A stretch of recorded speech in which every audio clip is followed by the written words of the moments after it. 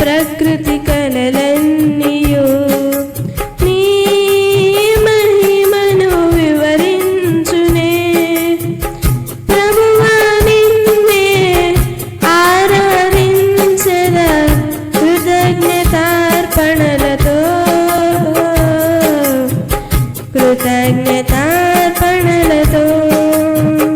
ప్రభువా నిన్నే ఆరాధించెదా కృతజ్ఞతార్పణలతో, కృతజ్ఞతార్పణలతో. అత్యున్నత సింహాసనముపై ఆసీనుడా దేవదూతలు ఆరాధించు పరిశుద్ధుడా. యేసయ్యా నా నిలువెల్ల నిండియున్నావు, నా మనసారని సన్నిధిలో సాగిలపడి నమస్కారము చేసెదా, సాగిలపడి నమస్కారము చేసెదా.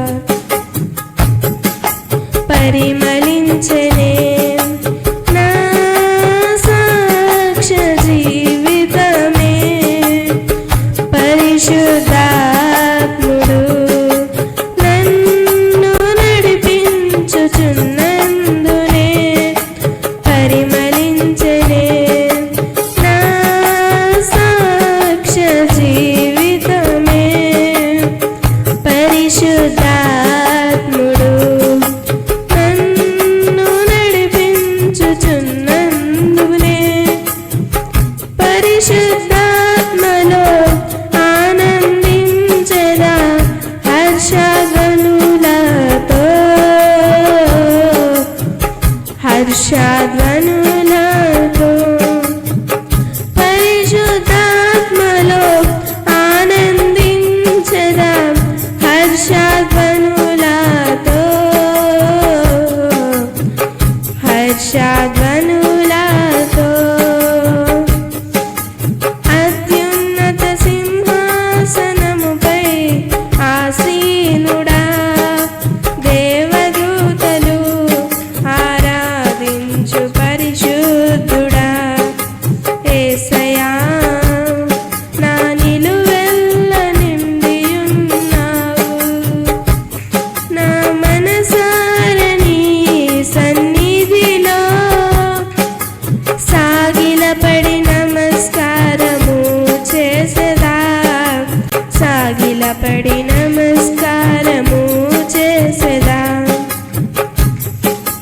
పక్షిరాజువై నీ రెక్కలపై మోసితివే, నీవే నా తండ్రివై నా బాధ్యతలు భరించితివే.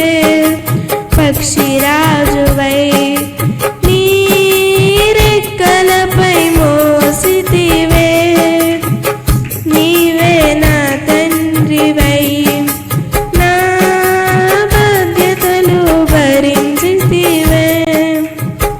యెహోవా నిన్నే మహిమపరచెదా స్తుతి గీతాలతో, స్తుతి గీతాలతో. యెహోవా నిన్నే మహిమపరచెదా స్తుతి గీతాలతో, స్తుతి గీతాలతో.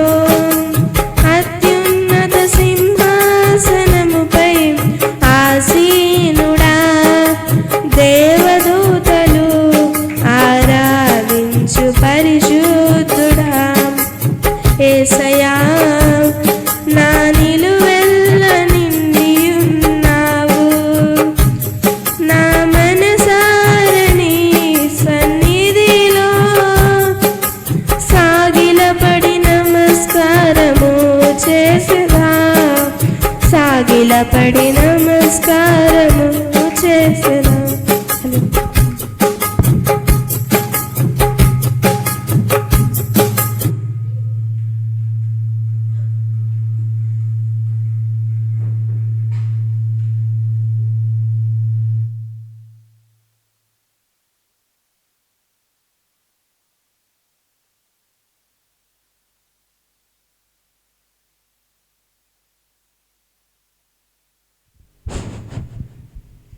హల్లెలూయా.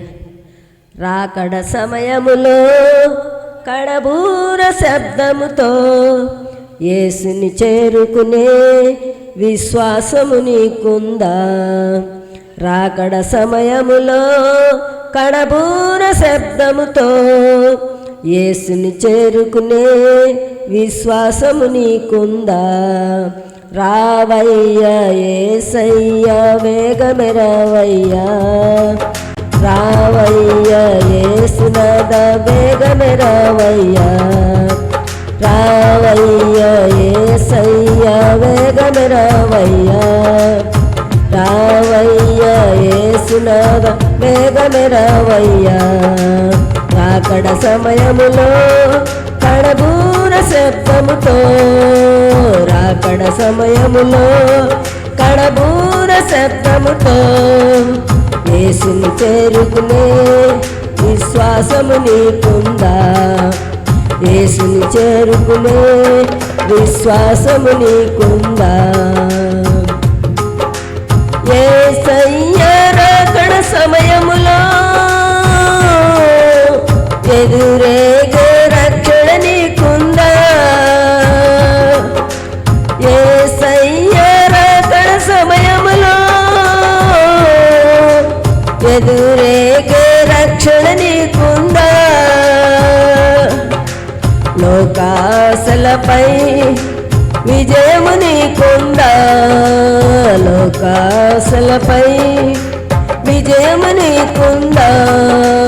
రావయ్యా యేసయ్యా వేగమే రావయ్యా, రావయ్యా యేసునాథా వేగమే రావయ్యా, రావయ్యా యేసయ్యా వేగమే రావయ్యా, రావయ్యా యేసునాథా వేగమే రావయ్యా.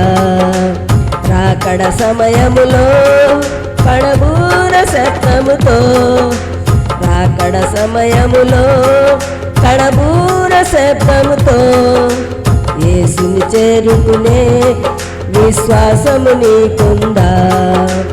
యేసుని చేరుకునే విశ్వాసము నీకుందా? ఇంపైన ఉపవేదికగా ఏకాంత ప్రార్థన నీకుందా? ఇంపైన ఉపవేదికగా ఏకాంత ప్రార్థన నీకుందా? యేసుని ఆశించే దిన మనస్సు నీకుందా? యేసుని ఆశించే దిన మనస్సు నీకుందా? రావయ్యా యేసయ్యా వేగమే రావయ్యా, రావయ్యా యేసునాథా వేగమే రావయ్యా, రావయ్యా యేసయ్యా వేగమే రావయ్యా, రావయ్యా యేసునాథా వేగమే రావయ్యా. రాకడ సమయములో కడబూర శబ్దముతో, రాకడ సమయములో కడబూర శబ్దముతో యేసుని చేరుకునే విశ్వాసము నీకుందా? యేసుని చేరుకునే విశ్వాసము నీకుందా? దినమంతా దేవుని సన్నిధిలో వాక్యము కొరకు ఆకలి నీకుందా? దినమంతా దేవుని సన్నిధిలో వాక్యము కొరకు ఆకలి నీకుందా? యేసునాథునితో సహవాసము నీకుందా? యేసునాథునితో సహవాసము నీకుందా? రావయ్యా యేసయ్యా వేగమే రావయ్యా, రావయ్యా యేసునాథా వేగమే రావయ్యా, రావయ్యా యేసయ్యా వేగమే రావయ్యా, రావయ్యా యేసునాథా వేగమే రావయ్యా. రాకడ సమయములో కడబూర శబ్దముతో రాకడ సమయములో కడబూర శబ్దముతో యేసును చేరుకునే విశ్వాసము నీకుందా? యేసును చేరుకునే విశ్వాసము నీకుందా? శ్రమలోన సహనము నీకుందా? స్తుతించే నాలుక నీకుందా?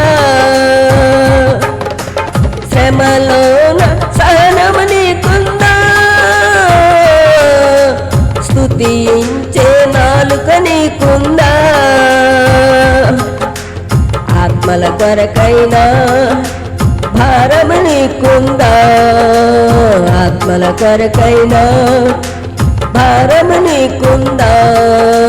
రావయ్యా యేసయ్యా వేగమే రావయ్యా, రావయ్యా యేసయ్యా వేగమే రావయ్యా, రావయ్యా యేసునాథా వేగమే రావయ్యా, రావయ్యా యేసునాథా వేగమే రావయ్యా. రాకడ సమయములో కడబూర శబ్దముతో రాకడ సమయములో కడబూర శబ్దముతో యేసుని చేరుకునే విశ్వాసము నీకుందా? యేసుని చేరుకునే విశ్వాసము నీకుందా? హల్లెలూయా.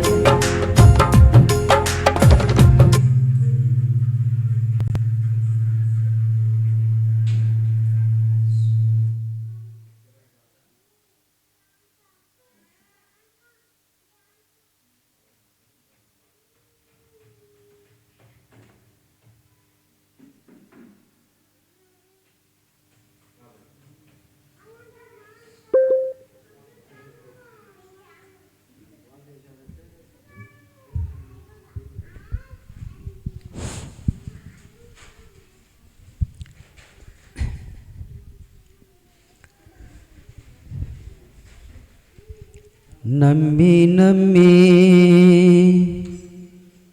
మనుషులను నీవు నమ్మి నమ్మి పలుమార్లు మోసపోయావు, పలుమార్లు మోసపోయావు.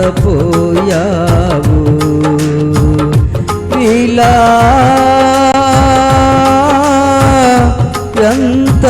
ఎంతకాలము నీవు సాగిపోదు, ఇలా ఎంతకాలము నీవు సాగిపోదు.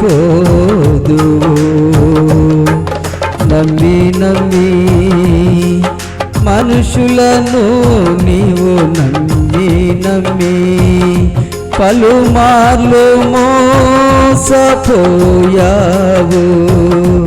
పలుమార్లు మోసపోయావు.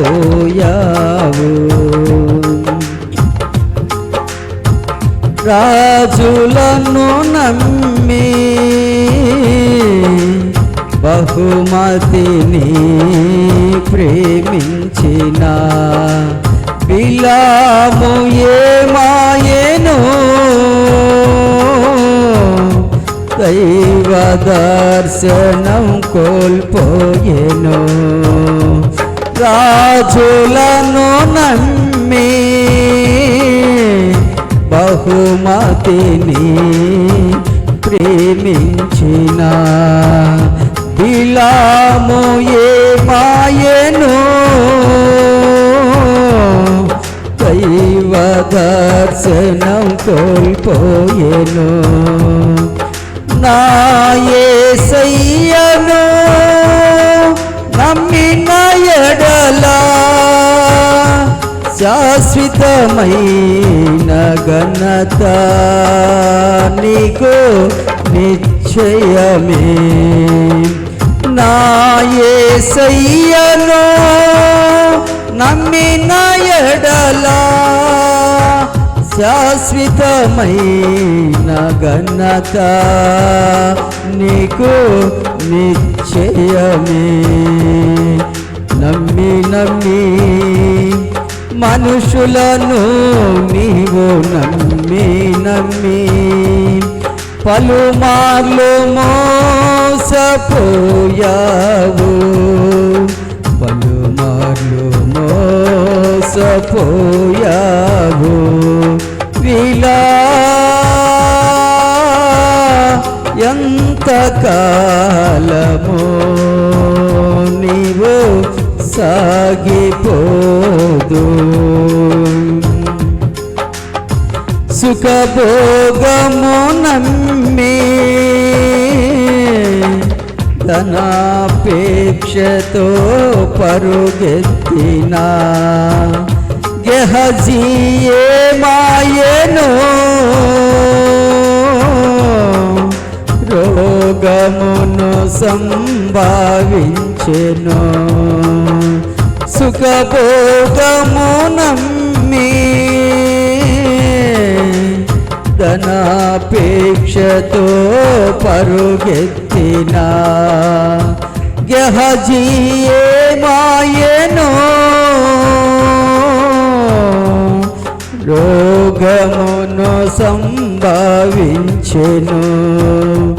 నా యేసయ్యను నమ్మిన ఎడల ఉన్నత బహుమానమే నీకు నిశ్చయమే. నా యేసయ్యను నమ్మిన ఎడల ఉన్నత బహుమానమే నీకు నిశ్చయము. నమ్మి నమ్మి మనుషులను నీవు నమ్మి నమ్మి పలుమార్లు మోసపోయావు,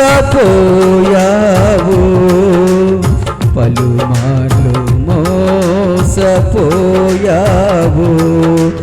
ఇలా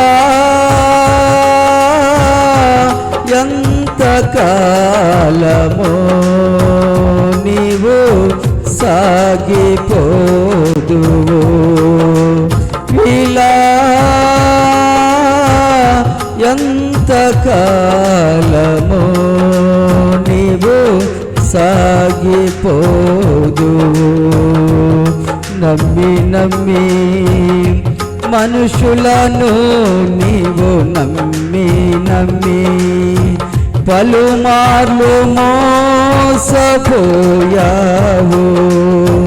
పలుమార్లు మోసపోయావు. విలా ఎంతకాలమో నీవు సాగిపోదువు.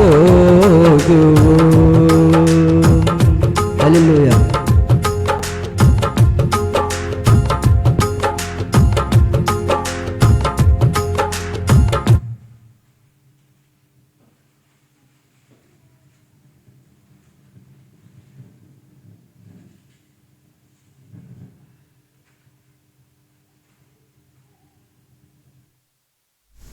మంచిది, పాటలందరితో ముగించుకుందాం.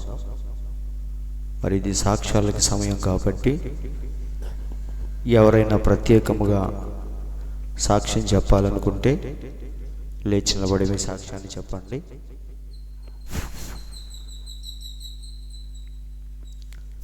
ఎవరు లేనట్లయితే మనందరం ఒక్కసారి లేచి నిలబడదాం. వాక్య భాగంలోనికి వెళ్ళబోయే ముందుగా మనందరం లేచి నిలబడి కొద్ది నిమిషాలు దేవునికి స్తుతులు చెల్లించుకుందాం. సర్వశక్తిమంతుడా, సర్వోన్నతుడా, జీవము కలిగిన దేవా, అత్యున్నత కృప కలిగిన మా తండ్రి, మీ పరిశుద్ధమైన ప్రశస్తమైన నామానికి ఈ ఉదయకాల సమయంలో మీకెంతగానో స్తుతులు, స్తోత్రములు స్తోత్రములు స్తోత్రములు ప్రభువా. ఆకాశ మహాకాశములు పట్టజాలని సర్వోన్నతుడైన దేవ,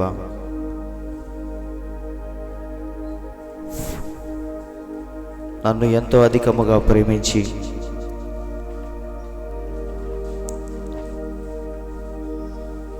నన్ను ఇప్పటి వరకు సజీవులుగా ఉంచిన గొప్ప దేవా మీకు స్తోత్రములని ప్రతి ఒక్కరూ కొద్ది నిమిషాలు ప్రార్థనలో ఉందాం.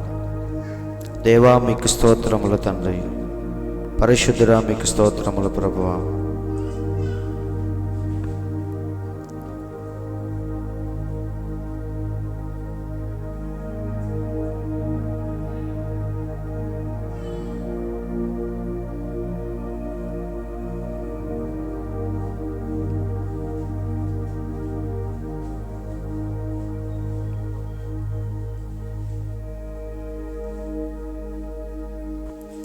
భక్తిహీనులతో నివసించుట కంటెను నీ మందిరావరణములో ఒక్క దినము గడుపుట.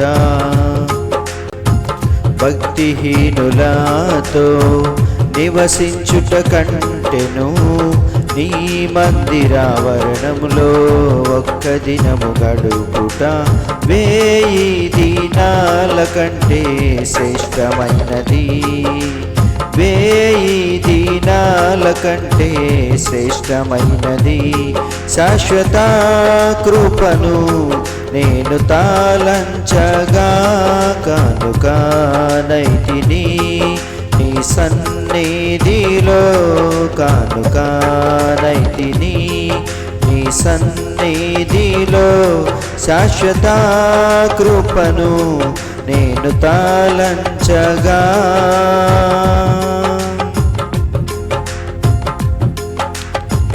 నా హృదయమెంతో జీవము గల దేవుని దర్శించానందముతో కేకలేయుచున్నది.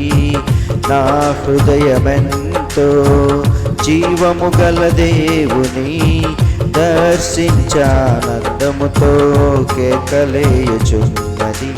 నా దేహమెంతో నీకై ఆశించే. నా దేహమెంతో నీకై ఆశించే. శాశ్వత కృపను నేను తాళంచగా కానుకానైతిని నీ సన్నిధిలో. కానుకానైతిని నీ సన్నిధిలో. శాశ్వత కృపను నేను తాళంచగా.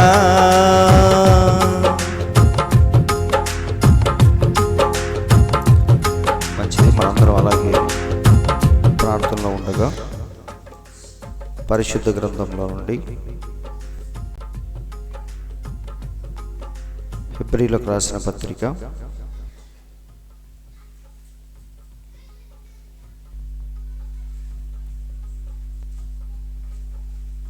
4వ అధ్యాయము మొదటి నుంచి మనం చదువుకుందాం.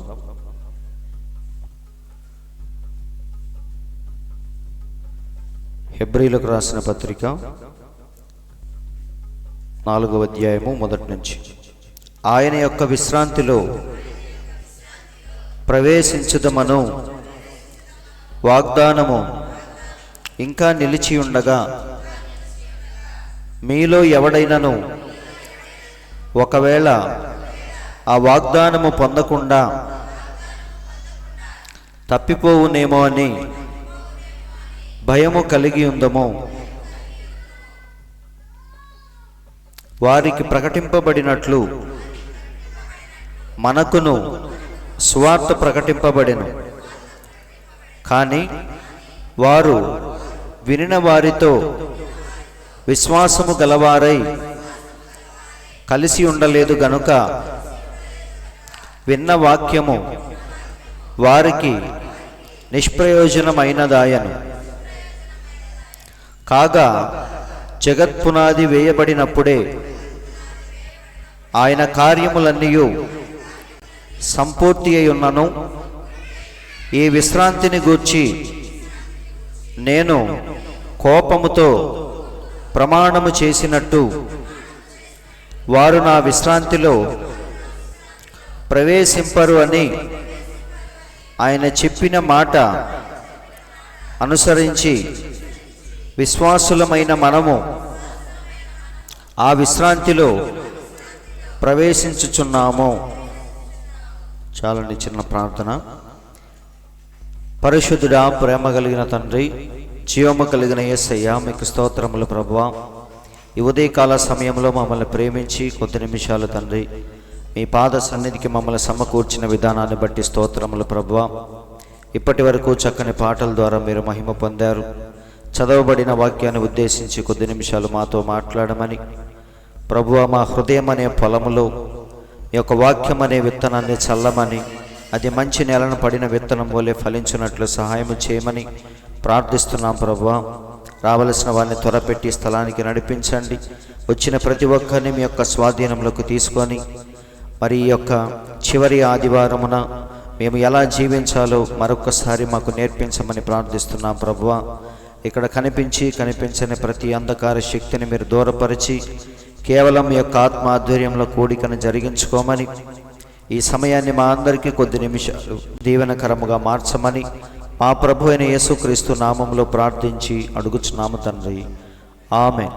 దయచేసి అందరూ కూర్చోండి.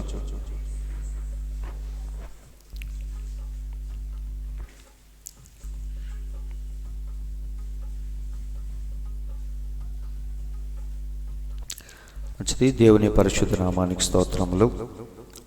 వచ్చిన మీ అందరికీ నా వందనాలు. మరి ఈ సమయంలో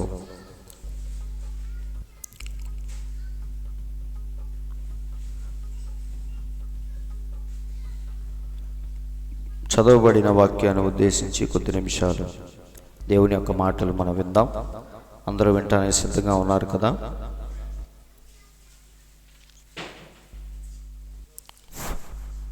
హలో. మరి పిల్లలందరినీ వెనకాల రూమ్లో పెట్టి అక్కడ ఒక చిన్న వాక్యం వినటానికి సరిపోయినట్టుగా ఏదో ఒకటి పెట్టాలని మేము నిర్ణయించుకున్నాం.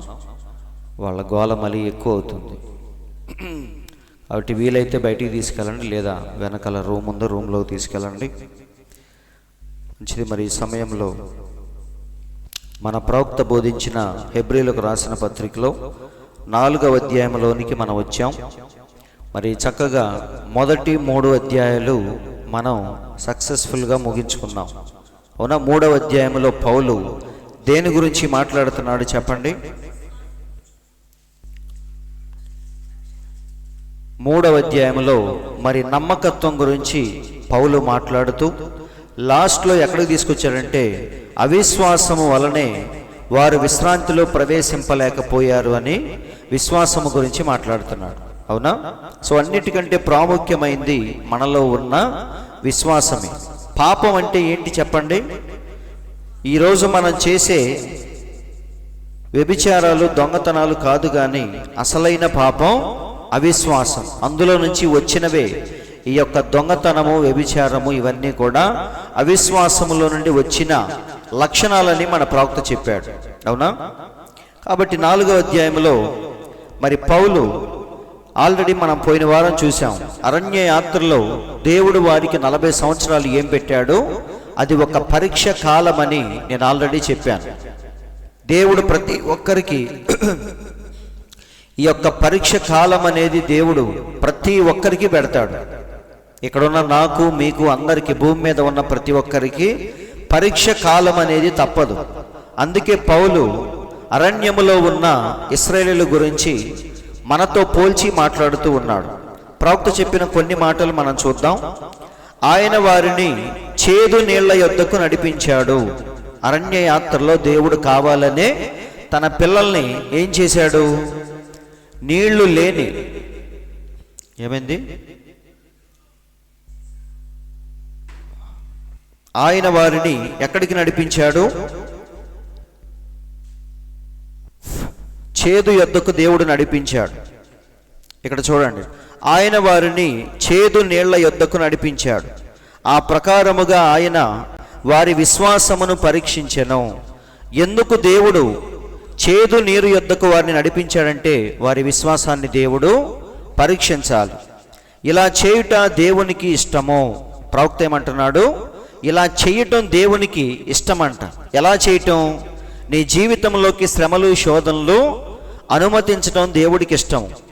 చూడండి ఇక్కడ, అలా చేయుట దేవునికి ఇష్టము, తన ప్రేమను మరియు శక్తిని ఆయన నీకు చూపునని నిరూపించుటకై నీ మీదకి శ్రమలను రానిచ్చుటకు ఆయనకు ఇష్టము. కాబట్టి మన జీవితంలోనికి వచ్చే శ్రమలు శోధనలు ఇవన్నీ కూడా దేవుడే కావాలని వాటిని అనుమతిస్తున్నాడు. ఎందుకనంటే మన విశ్వాసాన్ని దేవుడు పరీక్షించాలి.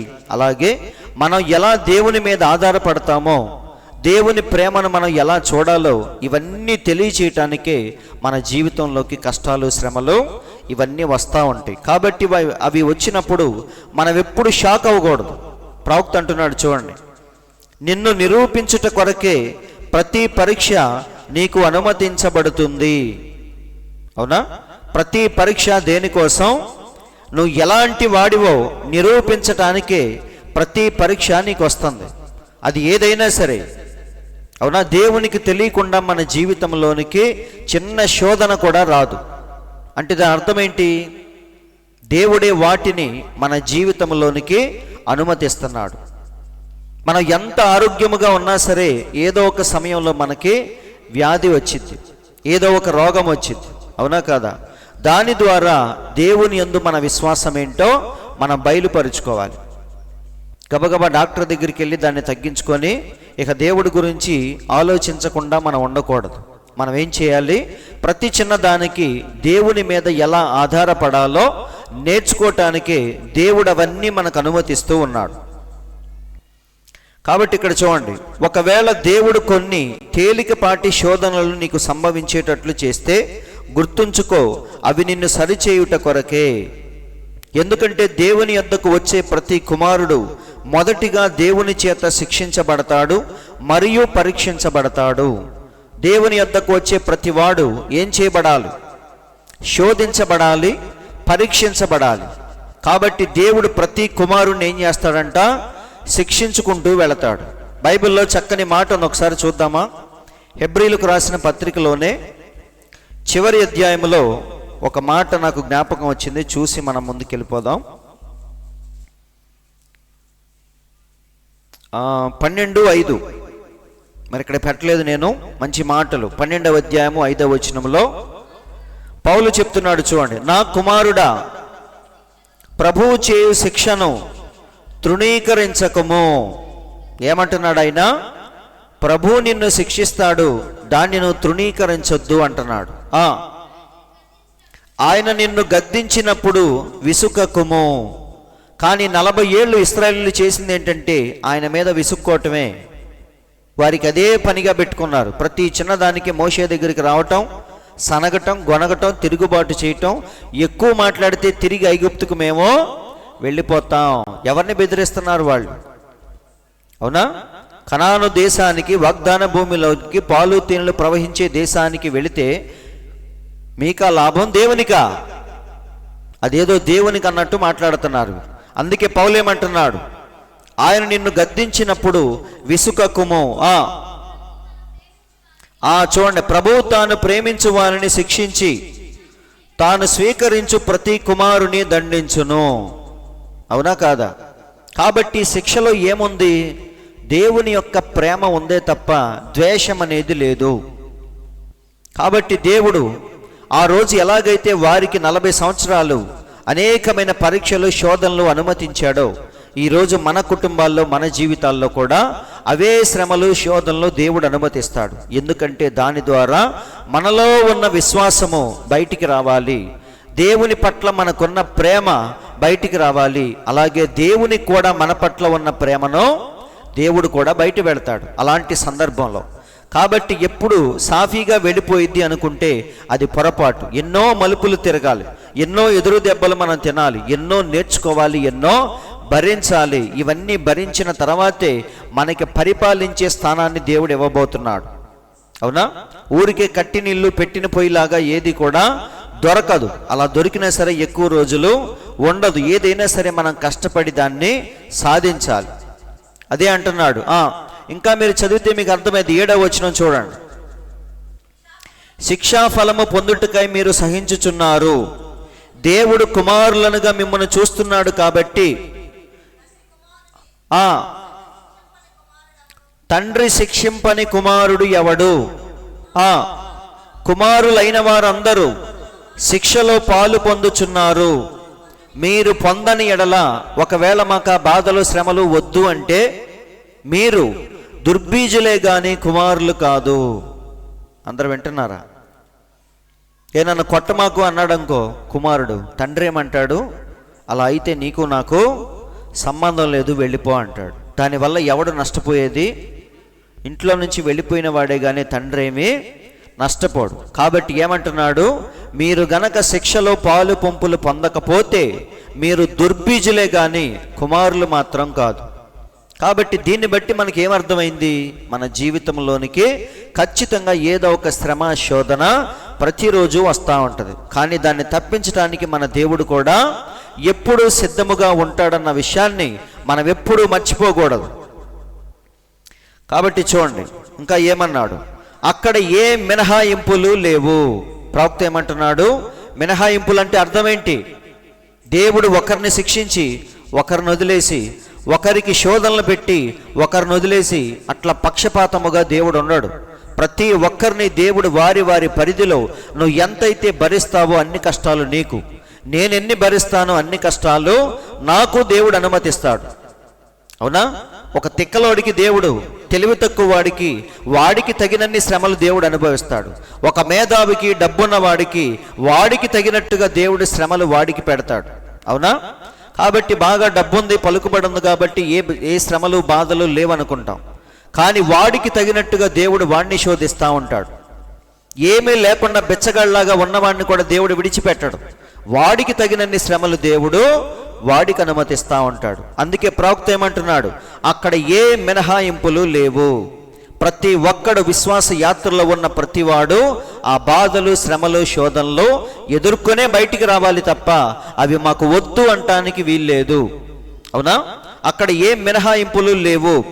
వచ్చే ప్రతి కుమారుడు నీవు ఎటువంటి వైఖరి కలిగి ఉంటావో చూచుట కొరకే ఈ శ్రమలు వచ్చును. ఈ మాట చూడండి, మీకు అర్థమైంది. చూడండి, నీవు ఎటువంటి వైఖరి కలిగి ఉంటావో అంటే దాని అర్థం ఏంటి? ఎలా రియాక్ట్ అవుతావో, నీకొచ్చే శ్రమలకు నువ్వు ఎలా స్పందిస్తావో, నువ్వు ఎలాంటి వైఖరిని, ఎలాంటి యాటిట్యూడ్ని, ఎలాంటి మనస్సును నువ్వు చూపిస్తావో. అవునా? కయ్యను ఎలాంటి వైఖరి కనపరిచాడు? దేవుడు వచ్చి చెప్పాడు ఏమని? నీవు కూడా హేబేలు లాగా ఆరాధిస్తే బాగుండేది కదా అని. కానీ కయ్యను ఏమన్నాడు? నీ తమ్ముడైన హేబేలు ఎక్కడ అంటే ఎవడికి తెలుసు అన్నాడు. అంటే ఎలాంటి వైఖరి కనపరుస్తున్నాడో మీరు చూడండి. అవునా? కాబట్టి ఏదైనా విపత్తు, ఏదైనా శోధన, శ్రమ వచ్చినప్పుడు మనం ఎలా రెస్పాండ్ అవుతామో చూడటానికే దేవుడు ఏం చేస్తాడు? గిల్లుతాడు మనల్ని. గిల్లినప్పుడు మనం ఎలా ఏడుస్తాం? దేవుడి నుంచి పారిపోతామా? తిరిగి మళ్ళీ దేవుని దగ్గరికే వస్తామా అని దేవుడు చూడటానికే మనల్ని ఏం చేస్తూ ఉంటాడు? అప్పుడప్పుడు లైట్గా కొంచెం పెయిన్ అనేది ఇస్తూ ఉంటాడు, కొంత నొప్పి అనేది మనకి అనుమతిస్తాడు. అవునా? కాబట్టి ఈ శ్రమలు వచ్చును దేనికి? నీ వైఖరి ఎలాంటిదో చూచుట కొరకే ఈ శ్రమలు వచ్చును. చూడండి, కాబట్టి ఈ నిరూపణ రంగము పైనే దేవుడున్నాడు. ఈ సర్వభూతలమంతా నిన్ను నిరూపించుటకు ఆయన ప్రయత్నిస్తున్న నిరూపణ రంగమే. కాబట్టి ప్రపంచం అంటే ఏంటి? నిన్ను నిరూపించుకోవటానికి సిద్ధపరచబడిన స్థలమే ఈ భూమి. ప్రతి ఒక్కడు ఈ భూమి మీదకి రావాలి. డ్రామా స్టేజ్ మీదకి ఎలాగైతే ఒక్కొక్క వ్యక్తి వెళ్ళి వాడి పాత్రలను పోషించి తిరిగి మళ్ళీ వచ్చేస్తాడో, సేమ్ అలాగే ఈ భూమి అనేది ఎలాంటిది? ఒక నాటక రంగము లాంటిది. ప్రతి వాడు ఈ భూమి మీదకి రావాలి, వాడికి కేటాయించబడిన పాత్రను వాడు పోషించాలి, తిరిగి మళ్ళీ వాడి స్థలానికి వాడు వెళ్ళిపోవాలి. ఇప్పుడు మీరు చెప్పండి, యూదా ఇస్కరియోతు దేనికి వచ్చాడు? ఈ నాటక రంగ స్థలం మీదకి యూదా దేనికోసం వచ్చాడు? కేవలం యేసయ్యను పట్టించడానికే వచ్చాడు. అవునా? అందుకే మన దేవుడు ఏమన్నాడు? మొక్క ముంచి వాడికి ఇచ్చి నువ్వు వచ్చిన పని త్వరగా కానివ్వు అన్నాడు. అంటే దాని అర్థం ఏంటి? నువ్వు అసలు వచ్చిందే నన్ను అప్పగించటానికి, ఆ పని త్వరగా కానివ్వు అన్నాడు. అందుకే చనిపోయిన తర్వాత పేతురేమన్నాడు? తన చోటికి తాను వెళ్ళిపోయాడు యోధా అని చెప్పాడు. కాబట్టి ప్రతి ఒక్కడు ఈ నాటక రంగస్థలం మీదకి రావాలి, వాడేంటో నిరూపించుకోవాలి, తిరిగి వెళ్ళిపోవాలి. లాస్ట్లో దేవుడు ఏమిస్తాడంటే వారి వారి క్రియలను బట్టి ప్రతిఫలం ఇస్తూ ఉంటాడు. కాబట్టి అదే అంటున్నాడు, ఈ సర్వభూతలమంతా నిన్ను నిరూపించుటకు ఆయన ప్రయత్నిస్తున్న నిరూపణ రంగమే ఈ ప్రపంచము. కాబట్టి ఈరోజు మనందరం ఎక్కడున్నాం చెప్పండి? డ్రామా స్టేజ్ మీద మనందరం ఉన్నాం. మనకు అప్పగించబడిన పాత్రలను మనం ఏం చేస్తున్నాం? పోషిస్తూ ఉన్నాం. వింటున్నారండి? లాస్ట్లో ఈ యొక్క పాత్రను మనం పోషించిన తర్వాత మన స్థానానికి మనం వెళ్ళిపోవాలి. లాస్ట్లో దేవుడు ఎవరికి ఏ జీతాన్ని కేటాయించాడో దాన్ని మనం ఒకరోజు మనం తీసుకోవాలి. కాబట్టి ఈ ప్రయత్నంలో వీళ్ళు ఏం చేశారు? అరణ్య మార్గములో దేవుని మీద ప్రతి చిన్నదానికి తిరుగుబాటు చేయటం, అవిధేయత చూపించటం, ఇవన్నీ ఎప్పుడైతే చేశారో మీరు గమనించండి, దేవుడు వీళ్లను పరీక్షించడానికి అరణ్యములో పెడితే వీరు రివర్స్లో ఎవరిని పరీక్షిస్తున్నారు? దేవుని యొక్క సహనాన్ని వాళ్ళు పరీక్షిస్తున్నారు. అవునా? చూద్దాం ఏమన్నాడు. సో ఎలాంటి పరిస్థితి వచ్చినా సరే వారు మోషే యొక్క ప్రతి చిన్న లోపాన్ని గుర్తించి సణుగుతూ అతడికి వ్యతిరేకముగా కోపగించి మాటలు పేలేవాళ్ళు. కాబట్టి వాళ్ళు ఏం చేస్తున్నారు? ప్రతి చిన్నదానికి మోషే మీద తిరుగుబాటు చేస్తూ ఆయనలో ఉన్న ప్రతి లోపాన్ని వెతికి బయటపెట్టి ఆయన మీద మాటలు పేలుతా ఉన్నారంట. అది వాళ్ళు చేస్తుంది. వారు పాపము చేయుచున్నారని అతడు చెప్పిన దాన్ని బట్టి దేవుడు కోప్పడ్డాడు. వారు తప్పక చెవియొగ్గాలి, కానీ దానికి బదులుగా ఇది ఎందుకు సంభవించింది, ఈ కార్యములు ఎలాగూ సంభవించిని అనే హేతువాదానికి వారు చెవియొగ్గారు. అవునా? సైలెంట్గా మోషే వెనకాల పడి వెళ్ళిపోకుండా ఏం చేస్తున్నారు వాళ్ళు? ప్రతి దానికి ఇది ఎందుకు వచ్చింది, ఇక్కడ నీళ్ళు ఎందుకు లేవు, మాకు ఆకలి ఎందుకు అవుతుంది, మాకు ఎదురు దెబ్బ ఎందుకు తగిలింది, ఇలాంటి ప్రశ్నలన్నీ మోషేనే అడుగుతా కూర్చున్నారు. అందరూ ఆలకిస్తున్నారు. లెక్కైతే దేవుడు వారిని పరిశోధించాలి, కానీ వీళ్ళ రివర్స్లో దేవుడిని ఏం చేస్తున్నారు? అదేంటి, ఇదేంటి, ఇది ఎందుకు ఇలా ఉంది, బాప్తిసం ఎందుకు ఇలా ఇస్తున్నావు, ప్రభురాత్రి ఏంటి, పాదాలు కడగటం ఏంటని మోషే మీద ఏం చేస్తున్నారు? ప్రతి చిన్నదానికి తిరుగుబాటు చేస్తూ ఉన్నారు. కాబట్టి చూడండి, నీకు అనేకమైన శోధనలు లేవా? వాటిని గూర్చి ఫిర్యాదు చేయవద్దు. ఎప్పుడైనా సరే దేవుడు నీ కుటుంబాన్ని కొంచెం కదిలించినప్పుడు, లేదా నీ ఆరోగ్యాన్ని కొంచెం కదిలించినప్పుడు మన వెంటనే దేవుణ్ణి ప్రశ్నించకూడదు, ఇది ఎందుకు వచ్చింది అని. దేవుడు కావాలనే వాటిని పెట్టాడు నీకు. రివర్స్లో దేవుణ్ణి అడగకూడదు. నొప్పి తగిలితే ఏడవాలి, బాధపడాలి, దేవుని కృప కోసం మళ్ళీ వేడుకోవాలి తప్ప ఇది ఎందుకు వచ్చిందని చెప్పేసి దేవుణ్ణి మనం ప్రశ్నించకూడదు. కాబట్టి వాటిని గూర్చి ఫిర్యాదు చేయవద్దు, కానీ సంతోషించండి. ప్రవక్త ఏమంటున్నాడు? సంతోషించండి. ఎందుకంటే అవన్నీ నిన్ను కావాలని శోధించటానికే దేవుడు అనుమతించాడు. ఇప్పుడు మీరు గమనించండి, చుట్టూ ఏం జరుగుతుందో తెలియనప్పుడు మనం భయపడతాం, కానీ ఇదంతా కావాలనే ఒకడు ప్లాన్ చేశాడని తెలిసినప్పుడు మనం ఏం చేస్తాం? దొరికాడు దొంగ అనుకుంటామా లేదా? వాడి ప్లాన్ మనకు తెలియనప్పుడు భయపడతాం, కానీ వాడి ప్లాన్ మనకు తెలిసిపోయినప్పుడు మనమే రివర్స్లో ఏం చేస్తాం? బాగా దొరికాడు, ఇప్పుడు వాడికి ఇస్తాను చూడు అంటామా లేదా? ఆ ప్లాన్ తెలియనప్పుడు మనం ఏం చేస్తాం? కంగారు పడిపోతాం. కానీ అదంతా ఎందుకోసమో మనకు తెలిస్తే చాలా నిశ్చింతగా ఉంటాం. అందుకే ప్రవక్త ఎవరి గురించి చెప్తున్నాడంటే యోబు గురించి చెప్తున్నాడు. చూడండి.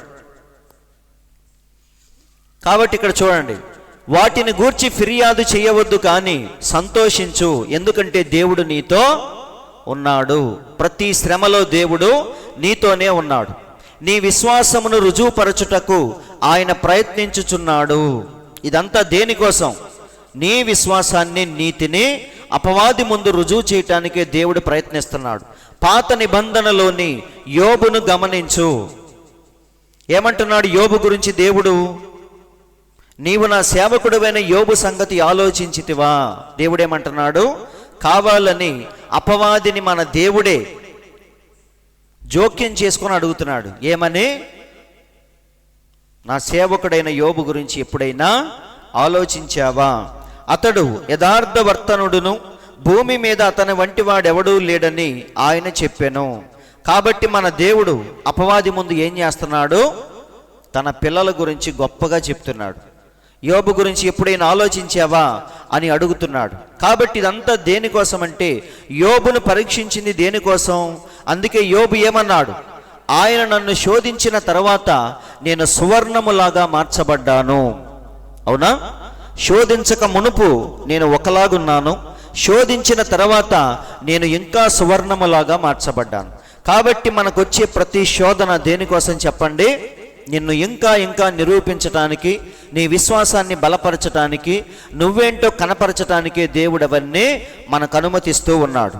అయితే మనం వాటిని అర్థం చేసుకోకుండా రివర్స్లో దేవునికి మనం ఏం చేస్తూ ఉంటాం? తిరుగుబాటు చేస్తూ ఉంటాం, అవిధేయులుగా ఉంటాం. అందుకే ఒకవైపు ప్రార్థన చేస్తూనే ఇంకోవైపు లోకస్తుల్లాగా మనం జీవిస్తూ ఉంటాం. చూడండి, ప్రవక్త ఏమన్నాడు? ఆత్మ ద్వారా జన్మించిన ప్రతి మనుష్యుడు లోకమును తృణీకరించును. అవునా? దేవునిలోకి వచ్చిన ప్రతి ఒక్కడు లోకాన్ని ఏం చేస్తాడు? తృణప్రాయముగా దాన్ని తృణీకరిస్తాడు. నీవు లోకమును, లోక విషయములను ప్రేమించిన ఎడల దేవుని ప్రేమ నీలో ఉండదు. దానినే బైబిల్ చెప్పుచున్నది, తన మార్గములోనున్న నిజమైన యాత్రికుడు లోక విషయములను తేలిగ్గా తృణీకరించును. అవునా? మనుషులు మద్యపానము చేయుట చూసినప్పుడు అది వాడికి అసహ్యముగా ఉంటుంది. ఒకప్పుడు దాన్ని ప్రేమించాడు, కానీ ఇప్పుడు ఎలా అనిపించింది? అసహ్యముగా అనిపించింది. మనుషులు పొగ త్రాగుట వాడు చూచినప్పుడు అది వాడికి అసహ్యము. వీధుల్లో స్త్రీలు చిన్న వికారమగు దుస్తులతో ఉండుట చూసినప్పుడు అది వాడికి అసహ్యముగా అనిపించింది. ఒకప్పుడు వీటన్నిటినీ వాడు ప్రేమించాడు, కానీ ఇప్పుడు ఏం చేస్తున్నాడు? ద్వేషిస్తున్నాడు, అసహ్యించుకుంటున్నాడు.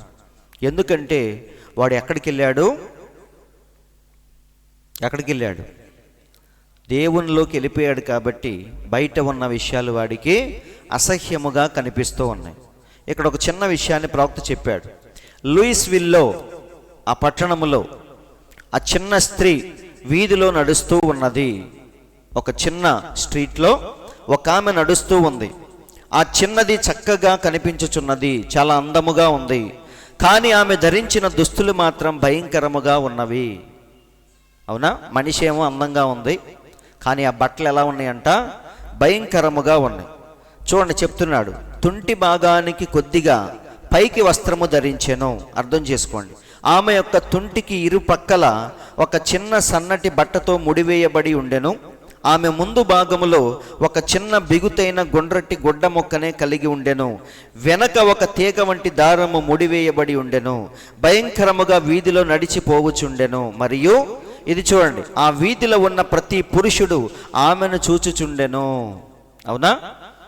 వీళ్ళు ఇష్టం వచ్చినట్టు బట్టలు వేసుకొని తిరగవచ్చు, కానీ ఎవ్వడు తప్పుగా మాత్రం చూడకూడదని ఆశిస్తూ ఉంటారు. ఎవడైనా చూస్తే చెప్పు తెగిద్ది అంటూ ఉంటారు, ఏడుస్తారు, ఇంటికి వచ్చి కంప్లైంట్ చేస్తారు. వింటున్నారండి? కానీ రోడ్డు మీద వెళ్ళేటప్పుడు సభ్యతగా వెళ్ళటం మాత్రం వీళ్లకు తెలీదు. అందరూ ఆలకిస్తున్నారా? కాబట్టి రోడ్డు మీద పురుషులు ఉన్నప్పుడు వాడు తిరిగి నీ వైపు పదే పదే చూస్తున్నాడంటే నీలో ఆకర్షించేది ఏదో ఉంది కాబట్టే చూస్తున్నాడు. నువ్వు నార్మల్గా రోడ్డు మీద వెళుతూ ఉంటే అంతసేపు ఎవడో నిన్ను చూడడం. అవునా? ఎవరో అమ్మాయి వెళ్తున్నా అనుకుంటాడు, వదిలేస్తాడు. కానీ అదే పనిగా నిన్ను చూస్తూ నిన్ను ఫాలో అవుతూ డిస్టర్బ్ అయ్యాడంటే వాడిని డిస్టర్బ్ చేసే విషయాలు ఏవో నీలో ఉన్నాయి అని ప్రవక్త అంటున్నాడు, నేను అనట్లేదు. కాబట్టి ఒక 50% ఎవరి తప్పు ఉందంటే ఇష్టానుసారంగా బట్టలు వేసుకుని రోడ్డు మీద తిరిగే వాళ్ళలోనే 50% తప్పు. ఫస్ట్ తప్పు వాళ్ళదే. వింటున్నారా లేదా?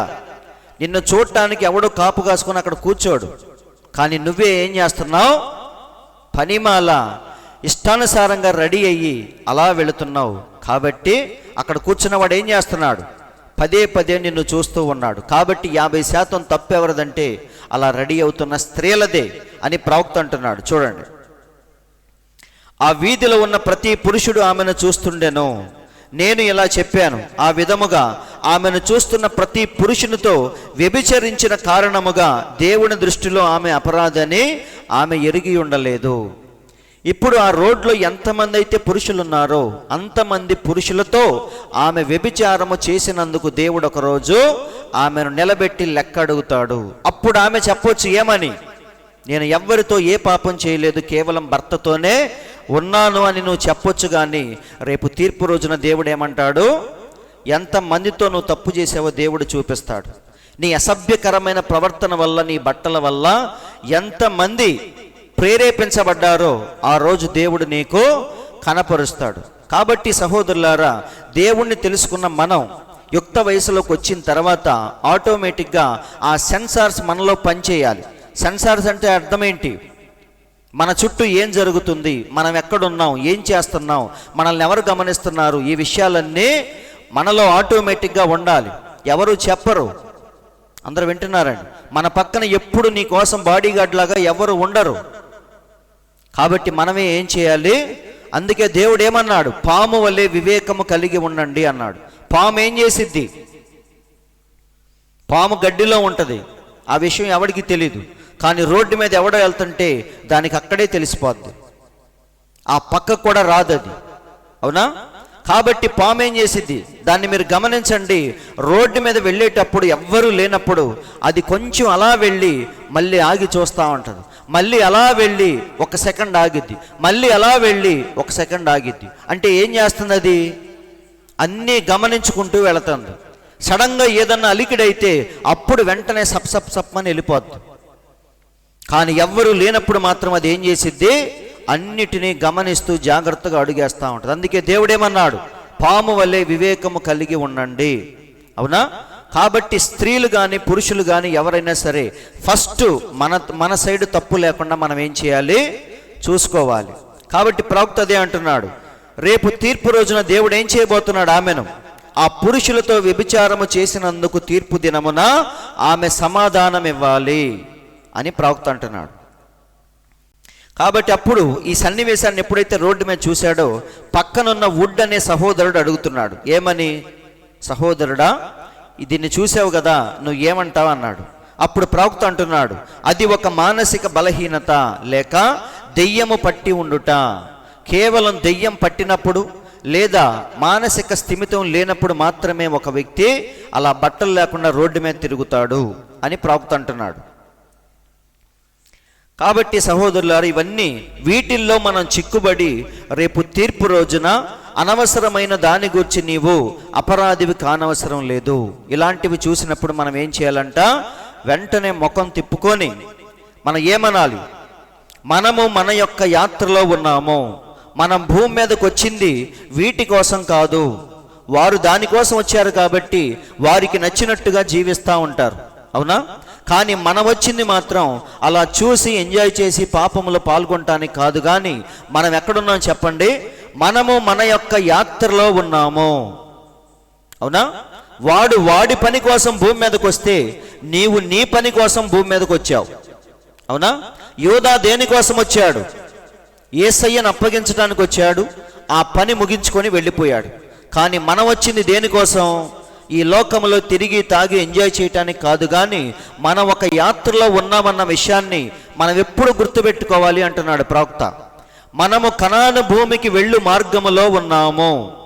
దేవుడు మనకిచ్చిన నిత్యమైన మరియు ఆశీర్వాదకరమైన విశ్రాంతిలోనికి వెళ్ళే మార్గములో ఇప్పుడు మనమున్నాము. ఆ యాత్రలో మనము శోధించబడ్డాము, మనము సమస్త సంగతుల్లో శోధించబడ్డాము. మనకెదురయ్యే ప్రతి పరిస్థితి ద్వారా దేవుడు మనల్ని ఏం చేస్తున్నాడు? శోధిస్తూ ఉన్నాడు. అందరికి అర్థమైందా? కాబట్టి సహోదరులారా, నేను చెప్పేది ఏంటంటే, వాడు భూమి మీదకి వచ్చింది దానికోసం కాబట్టి వాడు అది జరిగించుకుంటూ వెళ్ళిపోతాడు, పాపములో జీవిస్తూ ఉంటాడు. మనం ఎంత చెప్పినా వాడికి అర్థం కాదు. కానీ మనం వచ్చింది దేనికోసం? మనం ఒక ప్రాముఖ్యమైన పని మీద భూమి మీదకి వచ్చాం, మనం ఒక యాత్రలో ఉన్నాం.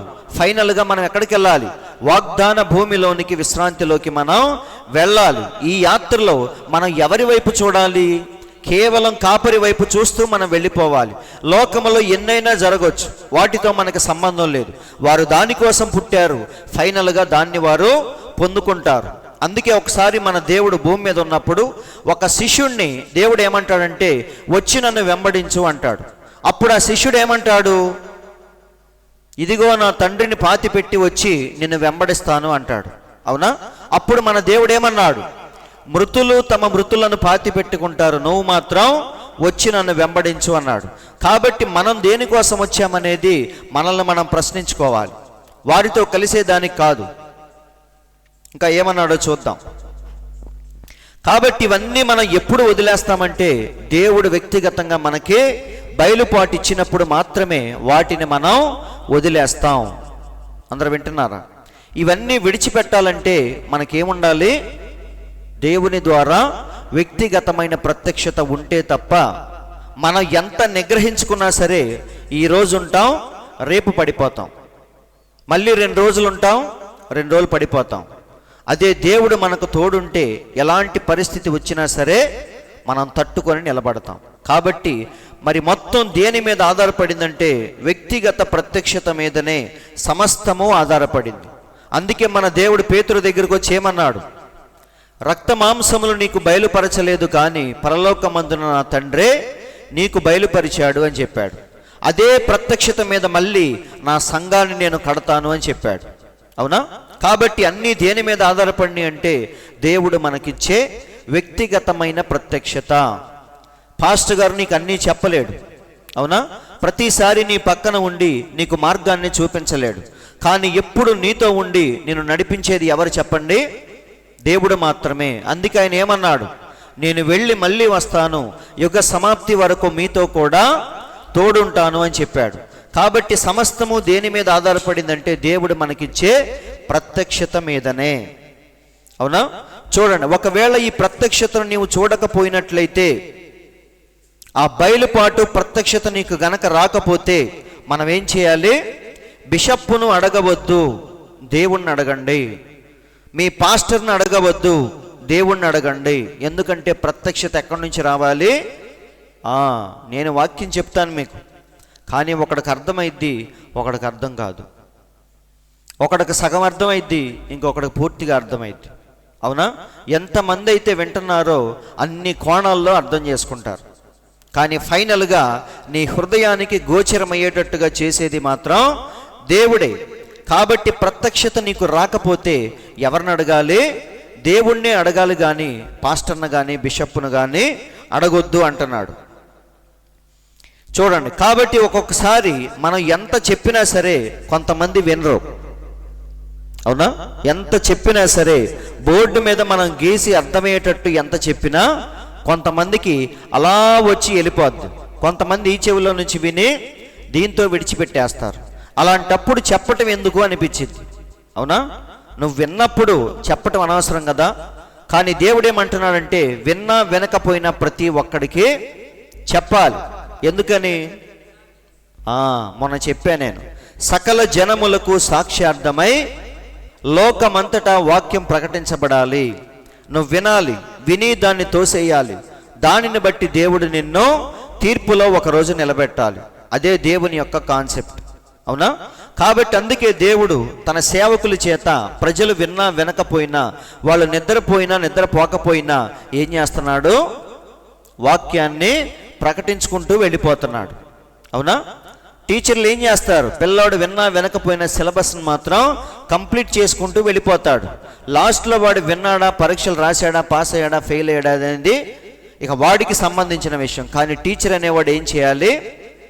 ఏ రోజు పాఠాన్ని ఆ రోజు చెప్పుకుంటూ వెళ్ళిపోవాలి. సేమ్ అలాగే దేవుడు కూడా ఈ లోకంలో ఉన్న ప్రతి ఒక్కడికి సువార్తను వినిపిస్తూ ఉన్నాడు.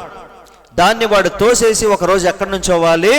తీర్పులో నిలబడాలి. అదే ప్రవక్త చెప్తున్నాడు. సో ఫైనల్గా ఇప్పుడు ఇశ్రాయేలీలు ఎక్కడికి వచ్చారు? కాదేషు బర్నయ అనే చివరి స్టాప్ దగ్గరకు వచ్చారు. అవునా? అది వారికి ఆఖరి ఘట్టం, చివరి చాప్టర్లోకి వచ్చారు. ఏంటది? కాదేషు బర్నయ. దీని తర్వాత వాళ్ళు ఎక్కడికి వెళ్ళబోతున్నారు? వాగ్దాన భూమికి వెళ్ళబోతున్నారు. కాబట్టి ఇక్కడ ఫైనల్గా దేవుడు ఏం చేశాడంటే వారికి చివరి పరీక్షను పెట్టాడు. ఈ 40 సంవత్సరాలు వారికి పరీక్ష కాలం అని చెప్పాను కదా. ఇక్కడ కాదేషు బర్నయ దగ్గర దేవుడు వారికి చివరి పరీక్షను పెట్టబోతున్నాడు. ఏంటా పరీక్ష మనందరికీ తెలుసు. మోషే ఏం చేశాడు? 12 మందిని ఒక్కొక్క గోత్రంలో నుంచి ఒక్కొక్కరిని తీసుకొని 12 మందిని వేగు చుట్టానికి పంపించాడు. ఎక్కడికి? వాగ్దాన భూమికి. ఈ 12 మంది కనాను దేశానికి వెళ్ళి 40 రోజులు అక్కడ తిరిగి ఆ దేశము గురించి ఒక్కొక్కరు ఒక్కొక్క రిపోర్ట్ తీసుకొని వచ్చారు. ఇప్పుడు అందరూ తిరిగి వచ్చారు. 40 రోజులు అక్కడ సంచరించి 12 మంది తిరిగి వచ్చి 10 మంది ఏమని చెప్పారు? నిశ్చయముగా ఆ దేశము పాలు తేనెలు ప్రవహించే దేశమే, అందులో డౌట్ ఏమీ లేదు. ఎందుకంటే ఇదిగో ఫలాలు కూడా తెచ్చాము మేము. ఒక్కొక్క ద్రాక్ష గెల ఎంత ఉంది? 2 మోసుకొని వచ్చేటట్టుగా ఎంత ఉంది. కాబట్టి ఏమంటున్నారు? నిజముగా ఆ దేశము పాలు తేనెలు ప్రవహించే చక్కని దేశమే, సారవంతమైన నేల. అయితే అక్కడున్న మనుషులు మాత్రం ఎలాంటి వాళ్ళు? ఒక్కొక్కడు గొలియాతులాగా భయంకరంగా ఉన్నారు. నెఫిలీల జాతికి సంబంధించిన వారు అక్కడ ఉన్నారు. కాబట్టి మనం వెళితే ఖచ్చితంగా మిడతలను చంపేసినట్టుగా మనల్ని చంపేస్తారు.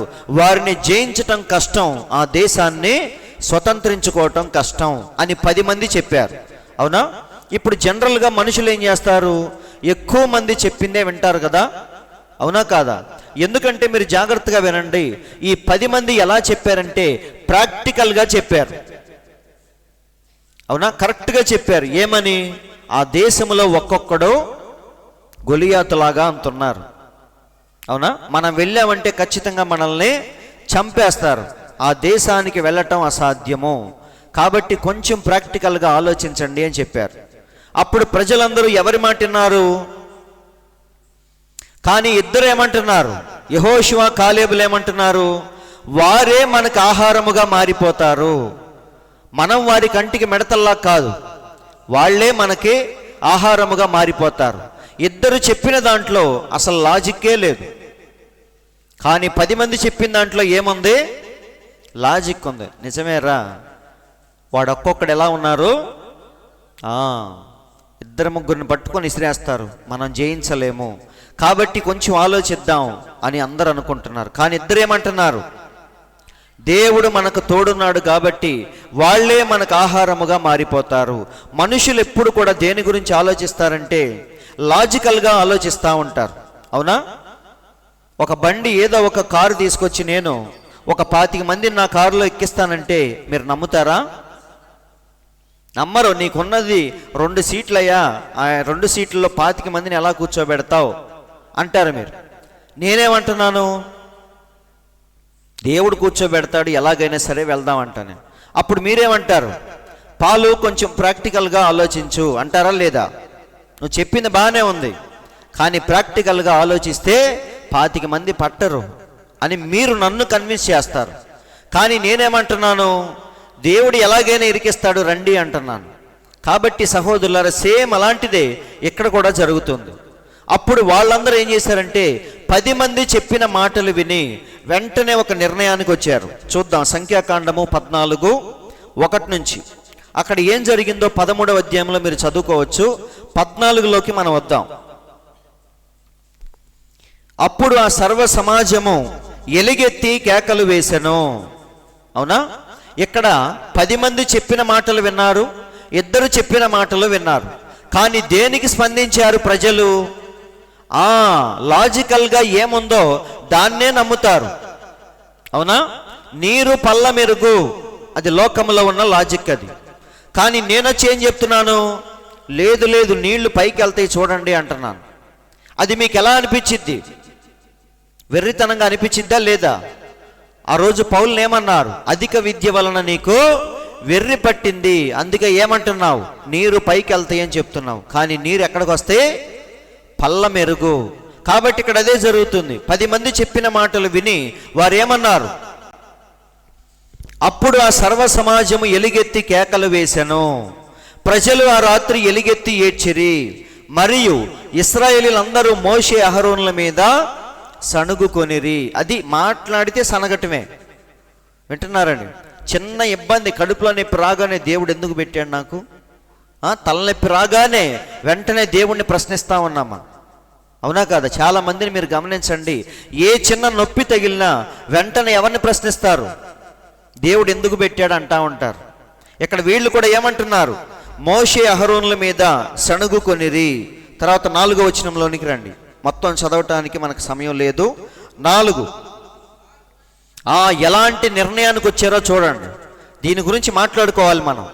ఇప్పుడు వాళ్ళు ఎక్కడున్నారు? 40 సంవత్సరాలు ప్రయాణించి ఆఖరికి వచ్చేశారు. కాదేశు బర్నేయ దగ్గర ఉన్నారు. యోర్దాను నది దాటి ఆవలిగట్టుకు వెళితే వాగ్దాన భూమిలోనికి వెళ్తారు. అలాంటి సమయంలో వారు తీసుకున్న నిర్ణయం ఏంటో చూడండి. వారు మనము నాయకుని ఒకరిని నియమించుకొని ఐగుప్తునకు తిరిగి వెళ్ళుదామని ఒకరితో ఒకడు చెప్పుకొనగా, అది ఇన్ని చూసిన తర్వాత ఎర్ర సముద్రం చీలటం చూశారు, మన్నా కురవటం చూశారు, బండల నుంచి నీరు రావటం చూశారు, ఇత్తడి సర్పము ద్వారా దేవుడు ఎలా స్వస్థపరిచాడో చూశారు. ఇన్ని చూసిన తర్వాత వాళ్ళు ఏమనుకుంటున్నారు, మళ్ళీ తిరిగి ఏ చండాలన్నైతే విడిచి బయటకు వచ్చామో అక్కడికే వెళ్ళిపోదాం. అది వారి యొక్క విశ్వాసం ఎలా ఉందో ఒక్కసారి మీరు గమనించండి. వారు అప్పుడే రాలేదు బయటికి, అప్పుడే వచ్చినోడు వెళ్ళిపోయాడంటే అది వేరు, అవునా కాదా? వర్తమానం తెలుసుకొని ఇవాళ వచ్చి చూసి ఇవన్నీ నాకొద్దని వెళ్ళిపోతే అది వేరు. కానీ ఎప్పటి నుండో వర్తమానంలో ఉండి అన్నీ తెలుసుకొని మళ్ళీ ఇప్పుడేమంటున్నారు, తిరిగి మళ్ళీ ఎక్కడికి వెళ్ళిపోవాలి, ఐగుప్తుకు వెళ్ళిపోదామని ఎప్పుడైతే డిసైడ్ అయ్యారో అప్పుడు ఇక దేవుడు డిసైడ్ అయిపోయాడు. ఏమని? ఇక వీళ్ళందరినీ ఇక్కడే చంపి అవతల పడేయాలి. వింటున్నారండి? మనం డిసైడ్ అవటం కాదు, వర్తమానంలో ఉండాలా వెళ్ళిపోవాలా అని, అసలు నిన్ను ఉంచాలా లేదా అని దేవుడు డిసైడ్ అవ్వాలి. అవునా? మనం ఏదో అనుకుంటాం, వర్తమానాన్ని వదిలేసి లోకంలోనికి వెళ్ళిపోయి అమ్మయ్యా అనుకుంటాం. కానీ నీ చుట్టూ శ్రమలు ఎలా బిగుసుకుంటాయో నీకు తెలియదు ఒకరోజు. నిజమండి. వీళ్ళు ఏమనుకున్నారు, ఒక నాయకుడిని నియమించుకొని ఐగుప్తునకు తిరిగి వెళ్ళుదామని ఒకరితో ఒకడు చెప్పుకొనగా. 11వ వచనంలోనికి రండి. ఇప్పుడు దేవుడు మాట్లాడుతున్నాడు చూడండి. మనుషులు మాట్లాడేశారు ఏమని, ఇక మనం వెనక్కి వెళ్ళిపోదాం. 40 ఏళ్ళు వచ్చిన తర్వాత మళ్ళీ వాళ్ళకి ఏమని ఆశ పుట్టింది, దేన్నైతే విడిచి మనం దేవునిలోకి వచ్చామో తిరిగి మళ్ళీ అక్కడికి వెళ్ళిపోదామని ఎప్పుడైతే అనుకున్నారో ఇప్పుడు దేవుడు ఏమంటున్నాడో చూడండి. యెహోవా, ఎన్నాళ్ల వరకు ఈ ప్రజలు నన్ను అలక్ష్యము చేయుదురు, ఎన్నాళ్ల వరకు నేను వారి మధ్య చేసిన సూచక క్రియలన్నిటినీ చూసి కూడా నన్ను నమ్మక ఉందురు. అవునా? దేవుడు హట్ అయ్యాడా లేదా? అందరూ వింటున్నారండి. దేవుడు మనం తప్పు చేయగానే ఎప్పుడు మనల్ని శిక్షించాడు తెలుసా? మనల్ని ఏం చేస్తాడు దేవుడు, ఇంకొంచెం అని దేవుడు పరీక్షిస్తూ ఉంటాడు. అలా దేవుడు 40 సంవత్సరాలు పరీక్షించిన తర్వాత ఇప్పుడు అంటున్నాడు ఏమని, ఎన్నాళ్ల వరకు ఈ ప్రజలు నన్ను అలక్ష్యము చేయుదురు, ఎన్నాళ్ల వరకు నేను వారి మధ్య చేసిన సూచక క్రియలన్నిటినీ చూసి కూడా నన్ను నమ్మక ఉందురు. 22వ వచనం చూడండి. నేను ఐగుప్తులోను అరణ్యములోను చేసిన సూచక క్రియలను నా మహిమను చూసిన ఈ మనుష్యులందరూ ఈ 10 మార్లు నా మాట వినక నన్ను శోధించిరి.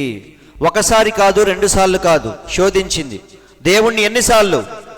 10 సార్లు శోధించారు. 10 సార్లు అంటే 9 తర్వాత 10 వచ్చింది కదా, 10 సార్లని కాదండి, చాలాసార్లు. పదే మాటికి ఈ 40 సంవత్సరాల్లో ఎన్నోసార్లు దేవునికి కోపం పుట్టించారు. కానీ దేవుడు అలంకార రూపంలో ఏమంటున్నాడు, 10 సార్లు. మనం అంటాం కదా, 10 సార్లు చెప్పాను నీకు, అయినా నీ బుర్రకు అర్థం కాలేదు అంటావా లేదా? సేమ్ అలాగే దేవుడు కూడా ఏమంటున్నాడు, 10 మార్లు నా మాట వెనక నన్ను శోధించారు. కానీ కీర్తనల గ్రంథంలో మీరు చూస్తే మాటిమాటికి శోధించారు అని అక్కడ రాయబడింది. అవునా? కాబట్టి దేవుడు ఒకసారి 2 సార్లు కాదండి, ప్రతిరోజు దేవుడు మనల్ని పరీక్షిస్తున్నాడు. ఒక తప్పుకే దేవుడు మనల్ని వెంటనే శిక్షించడు. దేవుడు ఇంకా ఎదురు చూస్తాడు. ఎప్పుడైతే మనము ఆ కృప అనే కంచెను ఎప్పుడైతే దాటుతామో అప్పుడు దేవుడు తన ఉగ్రతను మన మీద ప్రకటిస్తాడు. కాబట్టి వీరు కూడా అదే పాయింట్కి వచ్చారు. కాదేశు బర్నయ దగ్గర ఫైనల్గా దేవుణ్ణి పూర్తిగా విసిగించి ఆయన సహనాన్ని పరీక్షించారు. అందుకే ఇక్కడ దేవుడు తన సహనాన్ని కోల్పోయి ఏమంటున్నాడు, వారి శవాలన్నీ అరణ్యములో రాలిపోతాయి అన్నాడా లేదా? చూడండి తర్వాత 23. కాగా వారి పితరులకు ప్రమాణపూర్వకముగా నేను ఇచ్చిన దేశమును వారు చూడరు. అవునా? బయలుదేరేటప్పుడు ఎలా బయలుదేరారు? వాగ్దాన భూమికి, పాలు తేనెలు ప్రవహించే దేశానికి, దేవుడు మాకు వాగ్దానం చేసిన భూమికి, అబ్రహాము ఇస్సాకు యాకోబులకు దేవుడు ప్రమాణము చేసిన దేశానికి మేము వెళ్ళబోతున్నాం అని చెప్పి వాళ్ళు బయలుదేరారు. ఇక్కడేమంటున్నాడు దేవుడు, వారి పితరులకు ప్రమాణపూర్వకముగా నేను ఇచ్చిన దేశమును వారు చూడనే చూడరు. అంటే దాని అర్థం ఏంటి? చచ్చిన వాళ్ళను తీసుకెళ్ళను. నన్ను అలక్ష్యము చేసిన వారిలో ఎవ్వరునూ దాన్ని చూడరు. దేవుడు తేల్చేశాడు. వింటున్నారండి? దేవుని మనసు అలా మారే వరకు మనం ఎప్పుడు ఉండకూడదు. ఒక్కసారి దేవుడు తన మనసు మార్చుకున్నాడంటే ఇక మనకు మిగిలిందేంటి? ఉగ్రతే. దాన్ని మనం స్వీకరించాల్సిందే. అలా మారే లోపే మనం ఏం చేయాలి? దేవుణ్ణి శాంతిపరచాలి. అందరూ వింటున్నారండి? మొదటి తప్పు జరిగిన వెంటనే మనం దేవుని దగ్గరికి రావాలి. అవునా? దావీదును దేవుడేం చేశాడు? నువ్వు రహస్యముగా నీ భార్యతో నువ్వు పాపం చేశావు, నీ భార్యను మాత్రం నేను వేరొకడికి నేను పగలే అప్పగిస్తాను అని చెప్పాడు. అది భయంకరమైన శాపం అండి. నీకు పుట్టిన వాడే కత్తి తీసుకొని నిన్ను వెంటాడుతాడు, నీ దినములన్నీ ఇక యుద్ధకాలములే అని చెప్పి దేవుడు శపించాడు. కానీ దావీదు చేసింది ఆ ఒక్క తప్పే. కాబట్టి దేవుని ఉగ్రత చాలా భయంకరంగా ఉంటుందండి. ఆ పాయింట్ రాకముందే మనం ఏం చేయాలి? వెంటనే మళ్ళీ దేవుని దగ్గరికి రావాలి. కాబట్టి ఇక్కడ దేవుడి మనసు మారిపోయింది, విరిగిపోయింది. మనసు విరిగిపోయి ఏమంటున్నాడు? నన్ను అలక్ష్యము చేసిన వారిలో ఎవ్వరునూ దాన్ని చూడరు. 27వ వచనం, నాకు విరోధముగా సణుగుచుండు ఈ చెడ్డ సమాజమును నేను ఎంతవరకు సహింపవలెను? ఇశ్రాయేలీయులు నాకు విరోధముగా సణుగుచున్న సణుగులను వినియున్నాను. వారు చెప్పే ప్రతి మాట నా చెవిలో చెప్పినట్టుగా దేవుడు ప్రతిరోజు వింటున్నాడు. అవునా? కాబట్టి సహోదరులారా, ఈ భక్తి జీవితంలో మనం చెప్పే నెపాలు, దేవుని మీద మనం వేసే అభాండాలు అన్నీ కూడా దేవుడు వింటా ఉంటాడు. వాటన్నిటికీ ఖచ్చితంగా ఒకరోజు మనం సమాధానం చెప్పాలి. నాకు విరోధముగా సణుగుచుండు ఈ చెడ్డ సమాజమును నేనెంతవరకు సహింపవలెను? అంటే దేవుని యొక్క సహనాన్ని వాళ్ళు 40 ఏళ్ళు పరీక్షించారు. 29 ఫైనల్గా ఎక్కడికి వచ్చాడు దేవుడు? అది అయిపోయింది. దేవుడు వారికి ఇచ్చిన కృపాకాలం ఏమైపోయింది? అయిపోయింది. నిజమండి, దేవుడు మనకు కూడా కృపాకాలం ఇస్తాడు. మనం ఎన్ని గంతులు వేసినా దేవుడు చూసి సహిస్తూ ఉంటాడు. కానీ ఫైనల్గా ఏమంటున్నాడు? మీ శవములు ఈ అరణ్యములోనే రాలును. మీ లెక్క మొత్తము చొప్పున, చూడండి ఎంత కఠినంగా మాట్లాడుతున్నాడు. మీ లెక్క మొత్తము చొప్పున మీలో లెక్కింపబడిన వారందరూ, అనగా 20 ఏండ్లు మొదలుకొని పైప్రాయము కలిగి నాకు విరోధముగా సణిగిన వారందరూ రాలిపోవుదురు. అవునా? దేవుడు చూడండి ఎంత చక్కగా చెప్తున్నాడు. ఎంతమంది అయితే బయలుదేరారో వాళ్ళందరిలో 20 ఏళ్ళు పైబడి ఎవరైతే ఉన్నారో వాళ్ళందరినీ అరణ్యములోనే చంపేస్తాను. కాబట్టి దేవుని యొక్క తీర్పు వచ్చిందా రాలేదా? సో ఆ పాయింట్ వరకు మనం ఎప్పుడు కూడా వెయిట్ చేయకూడదు.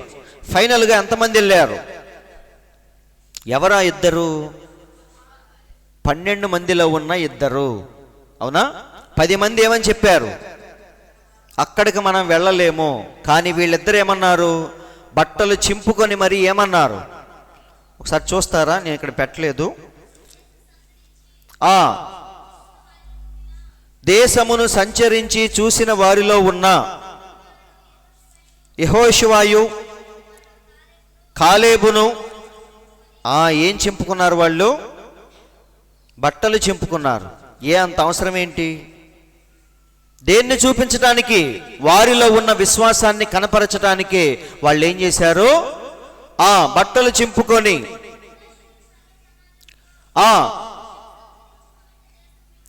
చూడండి ఏమంటున్నారు? మేము సంచరించి చూసిన దేశము మిక్కిలి మంచి దేశము. యెహోవా మన యందు ఆనందించిన ఎడల ఆ దేశములో మనలను చేర్చి దాన్ని మనకిచ్చును. అది నిజంగానే పాలు తేనెలు ప్రవహించే దేశమే. కాబట్టి అందుకే దేవుడు ఏమన్నాడంటే ఆ ఇద్దరిని మాత్రమే అనుమతించాడు.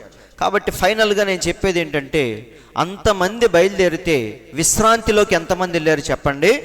2 మాత్రమే విశ్రాంతిలోకి ప్రవేశించారు. 4వ అధ్యాయం అంతా దేని గురించి అంటే విశ్రాంతి గురించే పౌలు మాట్లాడుతున్నాడు. అవునా? చాలా ప్రాముఖ్యమైన అంశం అది. నిజంగా చూడండి, హెబ్రీలకు రాసిన పత్రికలో ఒక్కొక్క అధ్యాయంలో మనం చూసుకుంటూ వస్తే అది ఒక్కొక్క మెట్టు పైకెక్కుతున్నట్టుగా భలే వివరిస్తున్నాడు పౌలు.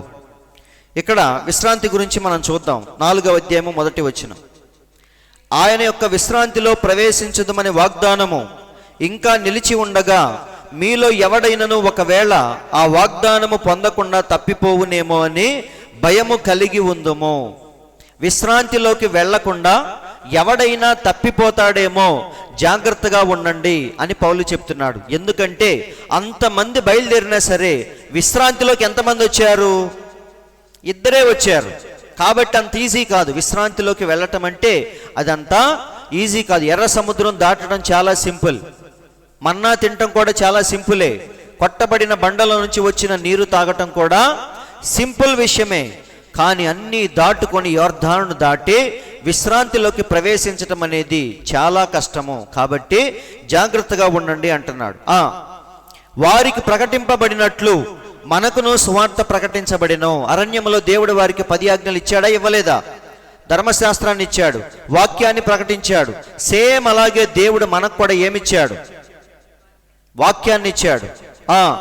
కానీ వారు వినిన వారితో విశ్వాసము గలవారై కలిసి ఉండలేదు గనుక విన్న వాక్యము వారికి నిష్ప్రయోజనమైనదాయను. ఈ లోకములో వాక్యం అనేది అన్నిటికంటే బలమైంది, అవునా? 2 అంచులు కలిగి ఎటువంటి ఖడ్గము కంటే వాడి కలిగినది దేవుని యొక్క వాక్యము. వాక్యములో ఎంతో శక్తి ఉంది. కానీ వాక్యము వారికి ఏమైపోయింది? నిష్ప్రయోజనముగా మారిపోయింది, అవునా?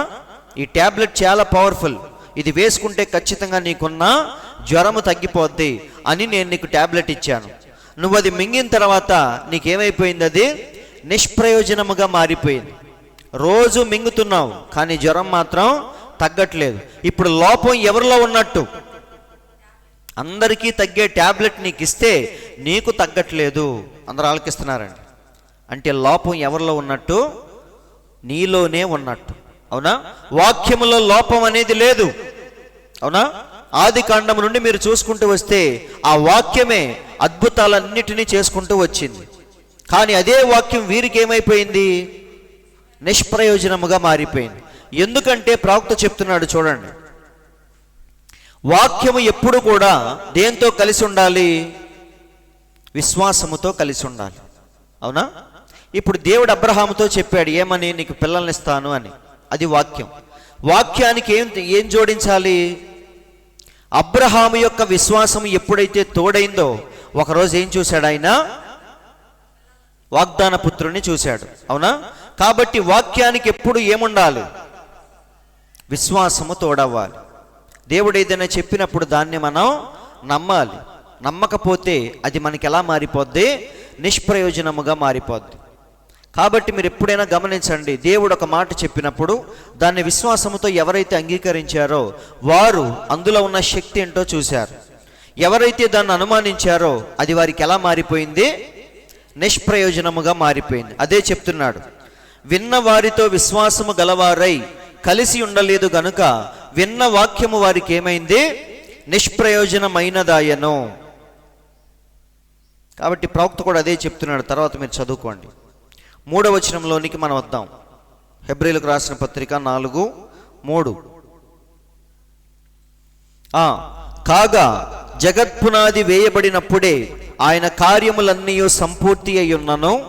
కాబట్టి ఇప్పుడు మనం చూసేదంతా కూడా జగత్పునాది వేయబడక మునుపే ఆయన ఆలోచనలో ఏమైంది?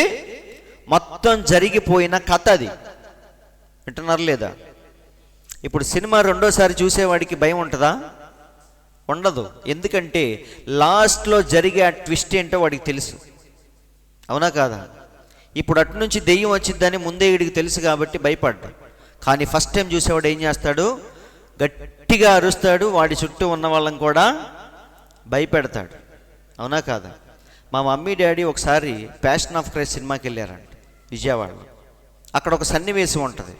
లాస్ట్లో గెత్సెమనే తోటలో మన దేవుడు ప్రార్థన చేసేటప్పుడు ఒక పెద్ద సర్పం వచ్చింది ఆయన దగ్గరికి.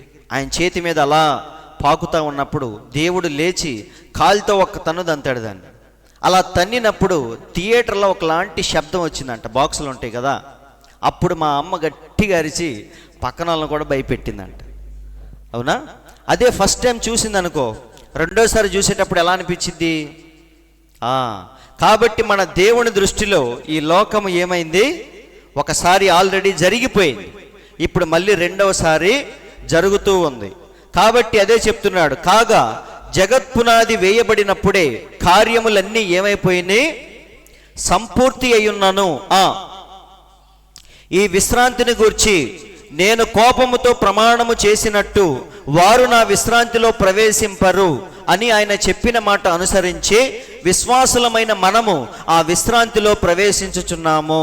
4వ అధ్యాయం అంతా కూడా సగం వరకు దేని గురించి అంటే విశ్రాంతి గురించి. మనం బైబిల్ క్లాసులో కూడా సరిగ్గా అక్కడికే వచ్చాం. శుక్రవారం మనం చెప్పుకునే బైబిల్ క్లాస్లో కూడా 6 రోజుల సృష్టి అయిపోయింది. 7వ రోజు ఏంటి చెప్పండి? దేవుడు తన పనులన్నీ ముగించి విశ్రమించాడు. కాబట్టి ఇక్కడ కూడా పౌలు దాని గురించే మాట్లాడుతున్నాడు. దేని గురించి? విశ్రాంతి గురించి. ఇప్పుడు చాలా విషయాలు ఉన్నాయి, అవన్నీ చెప్తే మీరు కన్ఫ్యూజ్ అవుతారేమో. ఇక్కడ చూడండి, ఫైనల్గా మనం ఎక్కడికి వెళ్ళాలి? ఇశ్రాయేలీలు ఫైనల్గా ఎక్కడికి వెళ్ళాలి? వాగ్దాన భూమికి వెళ్ళాలి. అదే వారి యొక్క విశ్రాంతి. ఈరోజు సంఘమని చెప్పుకునే మనకు కూడా అసలైన విశ్రాంతి ఏంటి? దాని గురించి పౌలు మాట్లాడుతున్నాడు. అవునా? మనం ఎంత దూరం వెళ్ళామన్నది కాదు, ఎంతగా మనం దేవుణ్ణి స్తుతించాం, పాటలు పాడామన్నది కాదు, దేవునికి ఎంత ఖర్చు చేసామన్నది కాదు, కానీ ఫైనల్గా మనం ఆ విశ్రాంతిలోకి ప్రవేశించామా లేదా? 2 మాత్రమే లోపలికి వెళ్ళారు, మిగతా వాళ్ళందరూ ఏమైపోయారు? వారు చేసిన భక్తి అంతా ఏమైపోయింది? అవునా? వ్యర్థమైందా లేదా? మధ్యలో వాళ్ళు ఎగిరారు, గంతులేశారు, తంబుర తీసుకుని నాట్యము చేశారు, ఎన్నో చేశారు, కానీ ఫైనల్గా విశ్రాంతిలోకి మాత్రం వెళ్ళలేకపోయారు. అందుకే పౌలు 4వ అధ్యాయంలో మరీ విశ్రాంతి గురించి మాట్లాడుతున్నాడు. మీరు ఏం చేసినా ఫైనల్గా ఎక్కడికి వెళ్ళాలి? విశ్రాంతిలోకి ప్రవేశించాలి అంటున్నాడు. ప్రవేశించాలి అన్నప్పుడు విశ్రాంతి అంటే ఏంటో కొద్దిగా మీరు ఆలోచించండి. చూడండి, దేవుడు 7వ దినమందు తన కార్యములన్నీ ముగించి విశ్రమించెను అని 7వ దినమును గూర్చి ఆయన ఒక చోట చెప్పెను. ఎక్కడ? ఆది కాండంలోనే దేవుడు చెప్పాడు. అవునా? తన పనులన్నీ ముగించాడు, 7వ రోజున విశ్రమించాడు అని. ఇక్కడ చూడండి, విశ్రాంతి అంటే ఏంటి? ఫస్ట్ది ఏంటి? మనకు తెలిసిన విశ్రాంతి అంటే ఏంటి? నిద్రపోవటం. అవునా? ఇప్పుడు మిమ్మల్ని అడుగుతున్నాను, చెప్పండి, బైబిల్లో చెప్పిన విశ్రాంతి అంటే నిద్రపోవటమా? రెండవది ఏంటి? సేద తీర్చుకోవటం. ఇది కూడా విశ్రాంతి. అవునా? పగలంతా పనిచేసిన వాడు అలా కూర్చొన్నాడు, వాలుస్తాడు, అది నిద్ర కాదండి. కానీ వాడు ఏం చేస్తున్నాడు? సేద తీరుతున్నాడు, రిలాక్స్ అవుతున్నాడు, ఇది విశ్రాంతి. అలాగే నిద్రపోతున్నాడు, అది కూడా విశ్రాంతి. ఇప్పుడు దేవుడు చెప్పిన విశ్రాంతి ఏది? మన దేవుడు 7వ రోజు నిద్రపోయాడా, సేద తీరాడా? బైబిల్లో ఏమనుంది? నిన్ను కాపాడువాడు కునుకడు, నిద్రపోడు. కాబట్టి మన దేవుడికి అలసట అనేది ఉండదు. ఆయన నిద్రపోయేవాడు కాదు, అలసిపోయి రెస్ట్ తీసుకునేవాడు కూడా కాదు. అందరూ వింటున్నారండి? మనకంటే చెమటలు ఓర్చి కష్టపడి మనం అలసిపోతాం, కానీ మన దేవుడు మాత్రం ఎన్నడూ అలసిపోయేవాడు కాదు. మరి ఎందుకు 7వ రోజున విశ్రమించాడు? తన పనులన్నీ ముగించి 7వ రోజున ఏమయ్యాడు? మరి నేను రాసిన పుస్తకంలో చాలా క్లియర్గా రాశాను. రాత్రి నేను కూర్చొని అందులో విషయాలే ధ్యానిస్తూ ఉన్నాను. కాబట్టి అందులో మీరు చదువుకోండి, మీకు చక్కగా అర్థమైంది. ఇక్కడ చూడండి, ఆ పుస్తకంలో నుంచి నేను చదువుతున్నాను. ఇక్కడ దేవుడు విశ్రాంతి గురించి చెబుతున్నాడు. విశ్రాంతి అనగా మనం చేసే పనులను, బాధ్యతలను ముగించుకొని ఒక ప్రత్యేకమైన స్థలంలో సేద తీరటం అని అర్థం విశ్రాంతి అంటే. ఈ విశ్రాంతి ఎవరికి అవసరం అంటే కష్టపడుతూ ప్రయాసముతో జీవించే వారికి. కానీ మన దేవుడు ప్రయాసపడేవాడు కాదు. అవునా? ఆయనకు ఎలాంటి విశ్రాంతి అవసరం లేదు. మరి ఆయన 7వ రోజున ఎందుకు విశ్రమించాడు? ఆ రోజును ఎందుకు పరిశుద్ధపరిచాడు అంటే ఆ విశ్రాంతి వేరే దేన్నో చూపిస్తుంది. వింటున్నారండి? నిద్రను కాదు చూపించేది, సేద తీరటం కూడా కాదు చూపించేది, వేరే దేన్నో చూపిస్తుంది. అది దేవునికి సంబంధించిన విశ్రాంతి కాదు, మనుషుల్ని ఉద్దేశించే దేవుడు అది చెప్పాడు. అవునా? ఆది కాండంలో దేవుడు చెప్పిన విశ్రాంతి అది దేవునికి సంబంధించింది కాదు. ఎందుకంటే మన దేవునికి నిద్ర అక్కర్లేదు, విశ్రాంతి కూడా అక్కర్లేదు. ఆయన కునుకడు, నిద్రపోడు, అలిసిపోడు. మరి ఎందుకు ఆ మాట చెప్పాడంటే అది మనుషుల కోసమే దేవుడు చెప్పాడు. అందరూ ఆలకిస్తున్నారా? కాబట్టి చూడండి, కాగా ఎవరో కొందరు విశ్రాంతిలో ప్రవేశించుదురన్నమాట నిశ్చయము గనుక ముందు సువార్త విన్నవారు అవిధేయత చేత ప్రవేశింపలేదు గనుక మీరాయన మాట వినన ఎడల మీ హృదయములను కఠినపరచుకొనకుడని వెనక చెప్పబడిన ప్రకారము, అంటే 3వ అధ్యాయంలో ఆల్రెడీ విన్నాం దాని గురించి. అదే అంటున్నాడు, మీ హృదయములను కఠినపరచుకొనకుడని వెనక చెప్పబడిన ప్రకారము ఇంతకాలమైన తరువాత దావీదు గ్రంథములో నేడని ఒక దినమును నిర్ణయించుచున్నాడు. అందరు వింటున్నారా? కాబట్టి అసలైన విశ్రాంతి, పరిపూర్ణమైన విశ్రాంతి ఒకటి ఉందని దావీదు కూడా గుర్తు చేస్తున్నాడు అని పౌలు అంటున్నాడు. చూడండి, యెహోషువ వారికి విశ్రాంతి కలుగజేసిన ఎడల ఆ తరువాత మరి ఒక దినమును గూర్చి ఆయన చెప్పకపోవును. కాబట్టి దేవుని పిల్లలకు విశ్రాంతి నిలిచి ఉన్నది. అందరూ ఒకసారి దేవునికి స్తోత్రం చెప్పండి. ఇక్కడ పౌలు దేని గురించి మాట్లాడుతున్నాడు చెప్పండి? విశ్రాంతి గురించి. అవునా? విశ్రాంతి దినము గురించి కాదు, విశ్రాంతి గురించి మాట్లాడుతున్నాడు. ఈరోజు చాలామందికి వచ్చిన ఒక కన్ఫ్యూజన్ ఏంటంటే విశ్రాంతిని, విశ్రాంతి దినాన్ని రెండింటిని కలిపేస్తూ ఉంటారు. ఎందుకంటే మన దేవుడు 7వ రోజున విశ్రమించి దాన్ని పరిశుద్ధపరిచి దాన్ని మళ్ళీ 10 ఆజ్ఞల్లో ఒక ఆజ్ఞగా ఇచ్చాడు. అవునా? ఏమన్నాడు? దాన్ని మీరు పరిశుద్ధముగా పాటించాలి, 7వ రోజున సమాజ మందిరముగా కూడుకోవాలి అని దేవుడు చెప్పాడు. కాబట్టి విశ్రాంతి అంటే విశ్రాంతి దినమే అని చాలామంది తప్పుగా భావిస్తూ ఉంటారు. కానీ ప్రవక్త అంటున్నాడు, విశ్రాంతి అంటే విశ్రాంతి దినము గురించి కాదు, అది దేవుని పిల్లలకు దేవుడిచ్చే విశ్రాంతి గురించి. అవునా? అందుకే ఆయన ఏమన్నాడు? ప్రయాసపడి భారము మోసుకొనుచున్న సమస్త జనులారా, వాళ్ళల్లో ఎవరున్నారు? విశ్రాంతి దినాన్ని పాటించేవారు కూడా ఉన్నారు. కానీ వారికి ఏమిస్తా అన్నాడు దేవుడు? మీకు అసలైన విశ్రాంతి నేనిస్తాను రండి అంటున్నాడు. కాబట్టి అది విశ్రాంతి దినము గురించి కాదు, కానీ దేవుడు తన పిల్లలకిచ్చే అసలైన విశ్రాంతి గురించే మాట్లాడుతున్నాడు. అవునా? కాబట్టి దేవుడు పిలుస్తుంది ఎవరిని? ప్రయాసపడి భారము మోసే వాళ్ళల్లో 7వ రోజును పాటించేవారు కూడా చాలామంది ఉన్నారు. అవునా? వారితో ఏమంటున్నాడు? 7వ రోజును పాటించడం కాదు, కానీ మీకు అసలైన విశ్రాంతి నేనిస్తానో నా దగ్గరికి రండి అంటున్నాడు. అదే పౌలు ఇక్కడ మాట్లాడుతున్నాడు. యెహోషువ వారికి విశ్రాంతి కలుగజేసిన ఎడల ఆ తర్వాత మళ్ళీ ఇంకొక రోజు గురించి ఆయన చెప్పేవాడు కాదు. అయితే దేవుని పిల్లలకు ఏముంది? ఇంకా విశ్రాంతి ఇంకా నిలిచి ఉంది, బాకీ ఉంది అంటున్నాడు. ఏంటా విశ్రాంతి? వాగ్దాన భూమిలోనికి వెళ్ళటం కాదు, 7వ రోజును పాటించటం కాదు, విశ్రమించటం కాదు, పడుకోవటం కాదు. మరి ఏంటి విశ్రాంతి అంటే దేవుడు తన పిల్లలకు ఇచ్చే ఆ పరిశుద్ధాత్మ బాప్తిస్మమే నిజమైన విశ్రాంతి. దాని గురించి పౌలు మాట్లాడుతున్నాడు 4వ అధ్యాయంలో. అవునా? మనం ప్రార్థనకు రావటం గొప్ప విషయం కాదు, దేవునికి ఇవ్వటం గొప్ప విషయం కాదు, బాప్తిసం తీసుకోవటం గొప్ప విషయం కాదు, భాషలతో మాట్లాడటం కూడా గొప్ప విషయం కాదు, అద్భుతాలు మహత్కార్యాలు చేయటం గొప్ప విషయం కాదు, కానీ విశ్రాంతిలోకి మనం ప్రవేశించటమే అన్నిటికంటే గొప్ప విషయం. ఇప్పుడు మీరు చెప్పండి, ఇస్కరియోతు యోధ అద్భుతాలు చేశాడా చేయలేదా? చేశాడా చేయలేదా? చేశాడు. సంఘాలు కట్టాడా కట్టలేదా? కట్టాడు. యేసయ్యతో కలిసి తిరిగాడా లేదా? తిరిగాడు.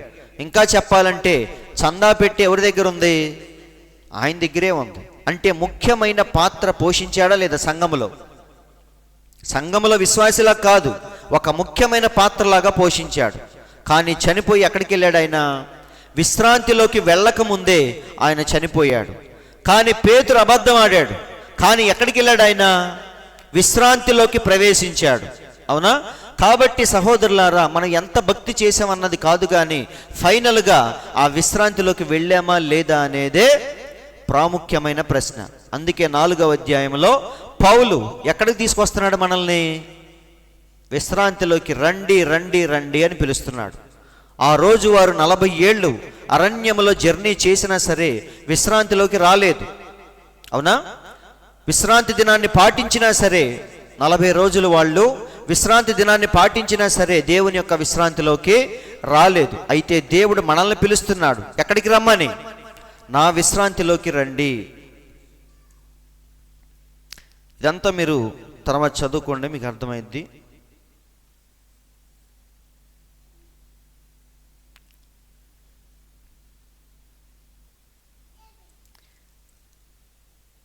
కాబట్టి ఆయన తన కార్యములన్నిటినీ ముగించి విశ్రమించాడు. మళ్ళీ దాన్నే ఎవరికిచ్చాడు? 7వ దినాన్ని ఆచరించండి యూదులకు మళ్ళీ ధర్మశాస్త్రంలో ఇచ్చాడు. సింపుల్గా నేను చెప్తాను వినండి. దేవుడు ఆదికాండములో విశ్రమించి దాన్ని, ఆ విశ్రాంతి గురించి ప్రజలు మర్చిపోకూడదని దాన్ని ఎక్కడ పెట్టాడు?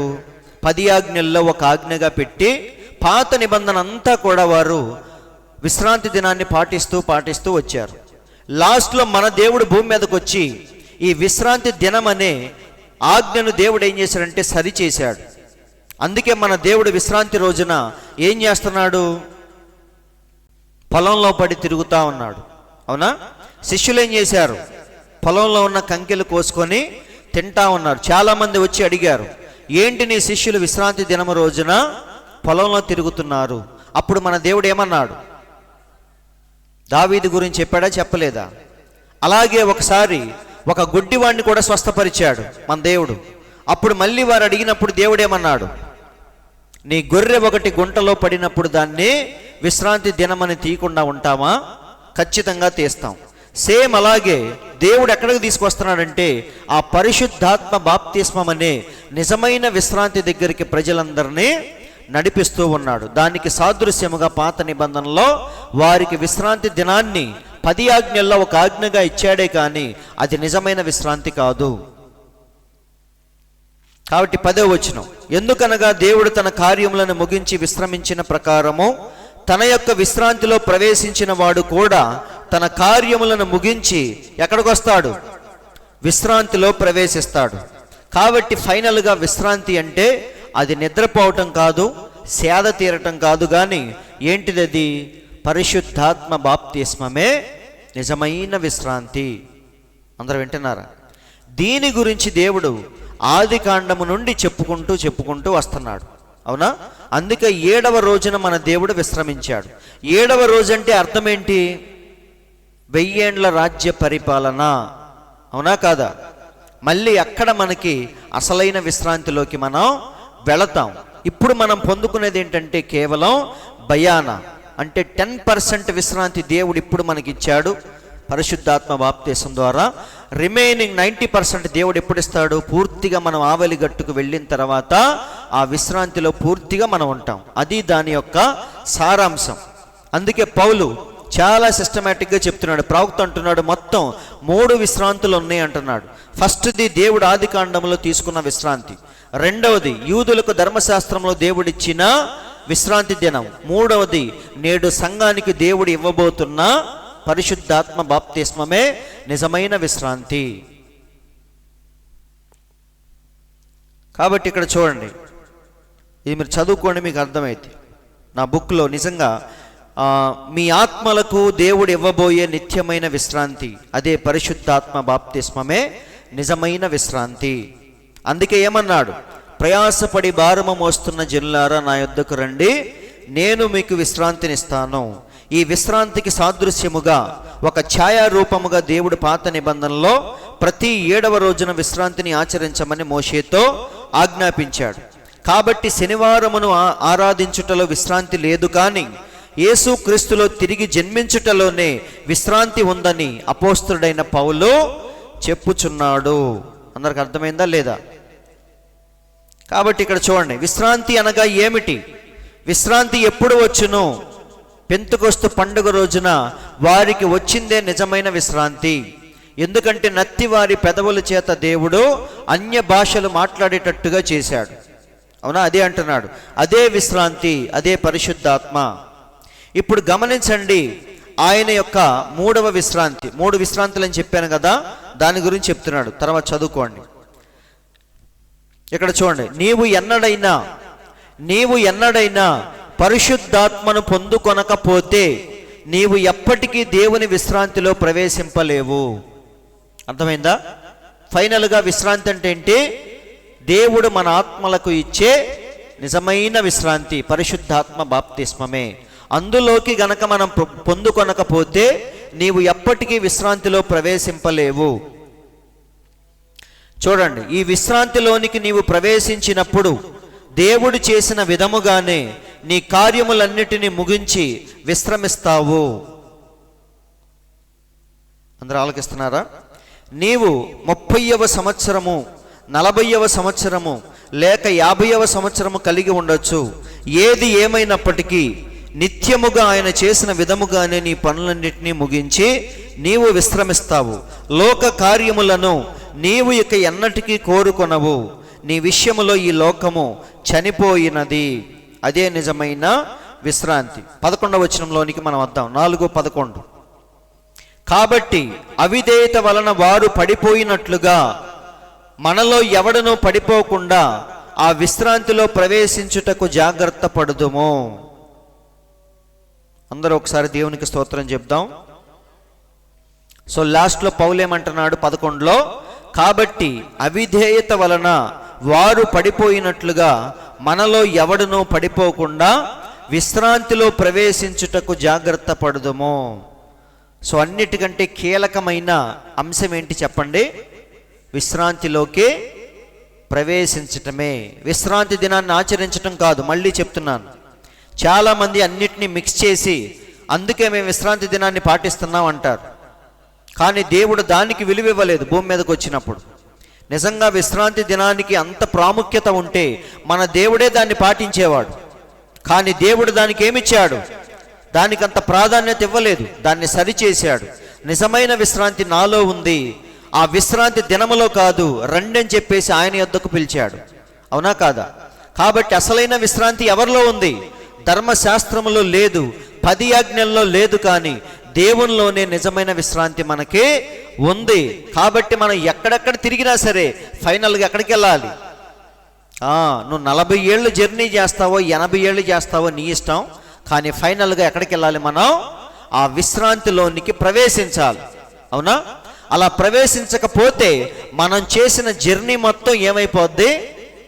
మొత్తం వేస్టే. లాస్ట్లో ఏమన్నాడు? మీ శవాలు అరణ్యములో రాలిపోతాయి. సేమ్ అలాగే మన శవాలు కూడా ఏమవుతాయి? మన శవాలంటే శరీరాలు కాదు, మన జీవితాలు కూడా ఎటు కాకుండా మధ్యలోనే పోతాయి. కాబట్టి విశ్రాంతిలోకి వెళ్ళటానికి మనం తగిన జాగ్రత్తలు మనం తీసుకుందాం. అందరికి అర్థమైందా? కిరీటము పొందేటట్టుగా మనం పరిగెత్తాలి. పౌలేమన్నాడు? కిరీటము పొందేటట్టుగా పరిగెత్తండి అన్నాడు. ఎలా పరిగెత్తాలి? నియమ ప్రకారముగా పోరాడకుంటే వానికి కిరీటము దొరకదు. వర్తమానం అంటే అర్థం ఏంటి చెప్పండి? నియమ ప్రకారముగా ఎలా పోరాడాలో మనకు నేర్పించిందే వర్తమానము. వేరే ఏ సంఘంలోకి మీరు వెళ్ళినా సరే వాళ్ళు ఏమంటారు? వాళ్ళు ఎలా ఉన్నా పర్లేదు, ఎప్పుడు తీసుకున్నా పర్లేదు, ఎప్పుడు చర్చికి వచ్చినా పర్లేదు, దేవుణ్ణి ప్రేమిస్తే చాలు అంటారు వాళ్ళు. కానీ ప్రవక్త మనకేం నేర్పించాడు? నియమ ప్రకారముగా ఎలా పోరాడాలి, ఆ బహుమతిని ఎలా పొందాలి, విశ్రాంతిలోకి ఎలా వెళ్ళాలో మనకు చూపించిందే వర్తమానము. కాబట్టి అలా మనం వెళదామా? విశ్రాంతిలోకి ప్రవేశిద్దాం. దేవుడి మాటలు దీవించునుగాక. అందరూ లేచి నిలబడదాం. అందరూ లేచి నిలబడి కొద్ది నిమిషాలు విన్న వాక్యాన్ని బట్టి దేవునికి మన స్తుతులు చెల్లించుకుందాం. జీవము కలిగిన దేవా, పరిశుద్ధుడా, మీకు స్తోత్రములు తండ్రి. ఇప్పటి వరకు నీవు చెప్పిన ప్రతి మాటను బట్టి స్తోత్రములు ప్రభువా. మరి నిజముగా ఆ రోజు ఇశ్రాయేలీలందరూ కూడా ఎంతో ప్రయాసపడ్డారు, కానీ ఫైనల్గా విశ్రాంతిలోకి ప్రవేశించిన వారు మాత్రం 2 మాత్రమే ప్రభువా. అందుకే పౌలు మరీ హెచ్చరిస్తున్నాడు, మీలో ఎవడైనా సరే విశ్రాంతిలోకి ప్రవేశించకుండా తప్పిపోతారేమో, జాగ్రత్తగా చూసుకోండి సంఘానికి హెచ్చరిస్తున్నాడు ప్రభువా. అలాగే మేము కూడా అనుక్షణము తండ్రి మరి సంవత్సరాలు గతించిపోతూ ఉండగా మా విశ్వాస జీవితం ఎక్కడుంది? మేము కాదేశు బర్నేయ దగ్గర ఉన్నామని, ఆఖరి పరీక్ష ఘట్టములో మేము ఉన్నామని ప్రతి ఒక్కరూ తెలుసుకునే కృపను దయచేయండి తండ్రి. ఈరోజు మా విశ్వాసాన్ని కనపరిచే సమయం ప్రభువా. మా హృదయాలను చింపుకునే స్థితిలో మేము ఉన్నాము తండ్రి. ఆ రోజు ఎలాగైతే యెహోషువ కాలేబుల బట్టలు చింపుకున్నారో మేము కూడా మా వస్త్రములను కాక మా హృదయములను చింపుకొని మా విశ్వాసాన్ని కనపరిచే కృపను మాకు దయచేయండి అని ప్రతి ఒక్కరూ ప్రార్థనలో ఉన్నాం.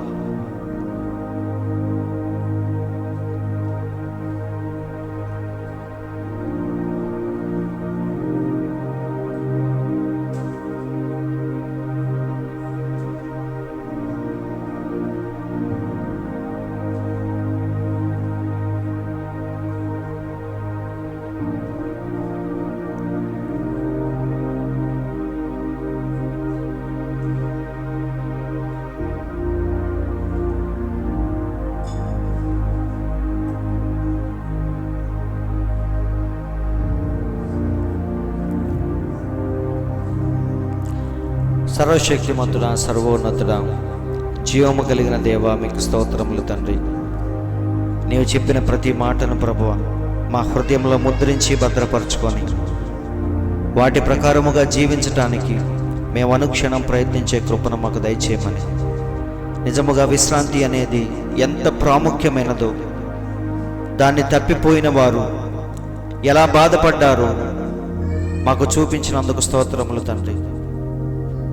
యోధ అద్భుతాలు చేసినా సరే, సంఘాలు కట్టినా సరే, నిన్ను అప్పగించి తన చోటికి తాను వెళ్ళిపోయాడు ప్రభువా. అయితే మేము కూడా యోధా వలె ఉండకుండా పేతురులాగా ఉండడానికి సహాయము దయచేయండి తండ్రి. పేతురు అబద్ధం చెప్పినా సరే ఆ విశ్రాంతిలోకి వెళ్ళాడు ప్రభువా. తన జీవితాన్ని మళ్ళీ సంతాపపడి ఏడ్చి క్షమాపణ మళ్ళీ పొందుకున్నాడు. అలా మేము కూడా తండ్రి నీ ఎదుట ఎల్లప్పుడూ చేసిన తప్పుల్ని ఒప్పుకుంటూ మా అతిక్రమములను దాచిపెట్టుకోకుండా దానికి వెంటనే పరిష్కారాన్ని పొందే కృపను మాకు దయచేయండి.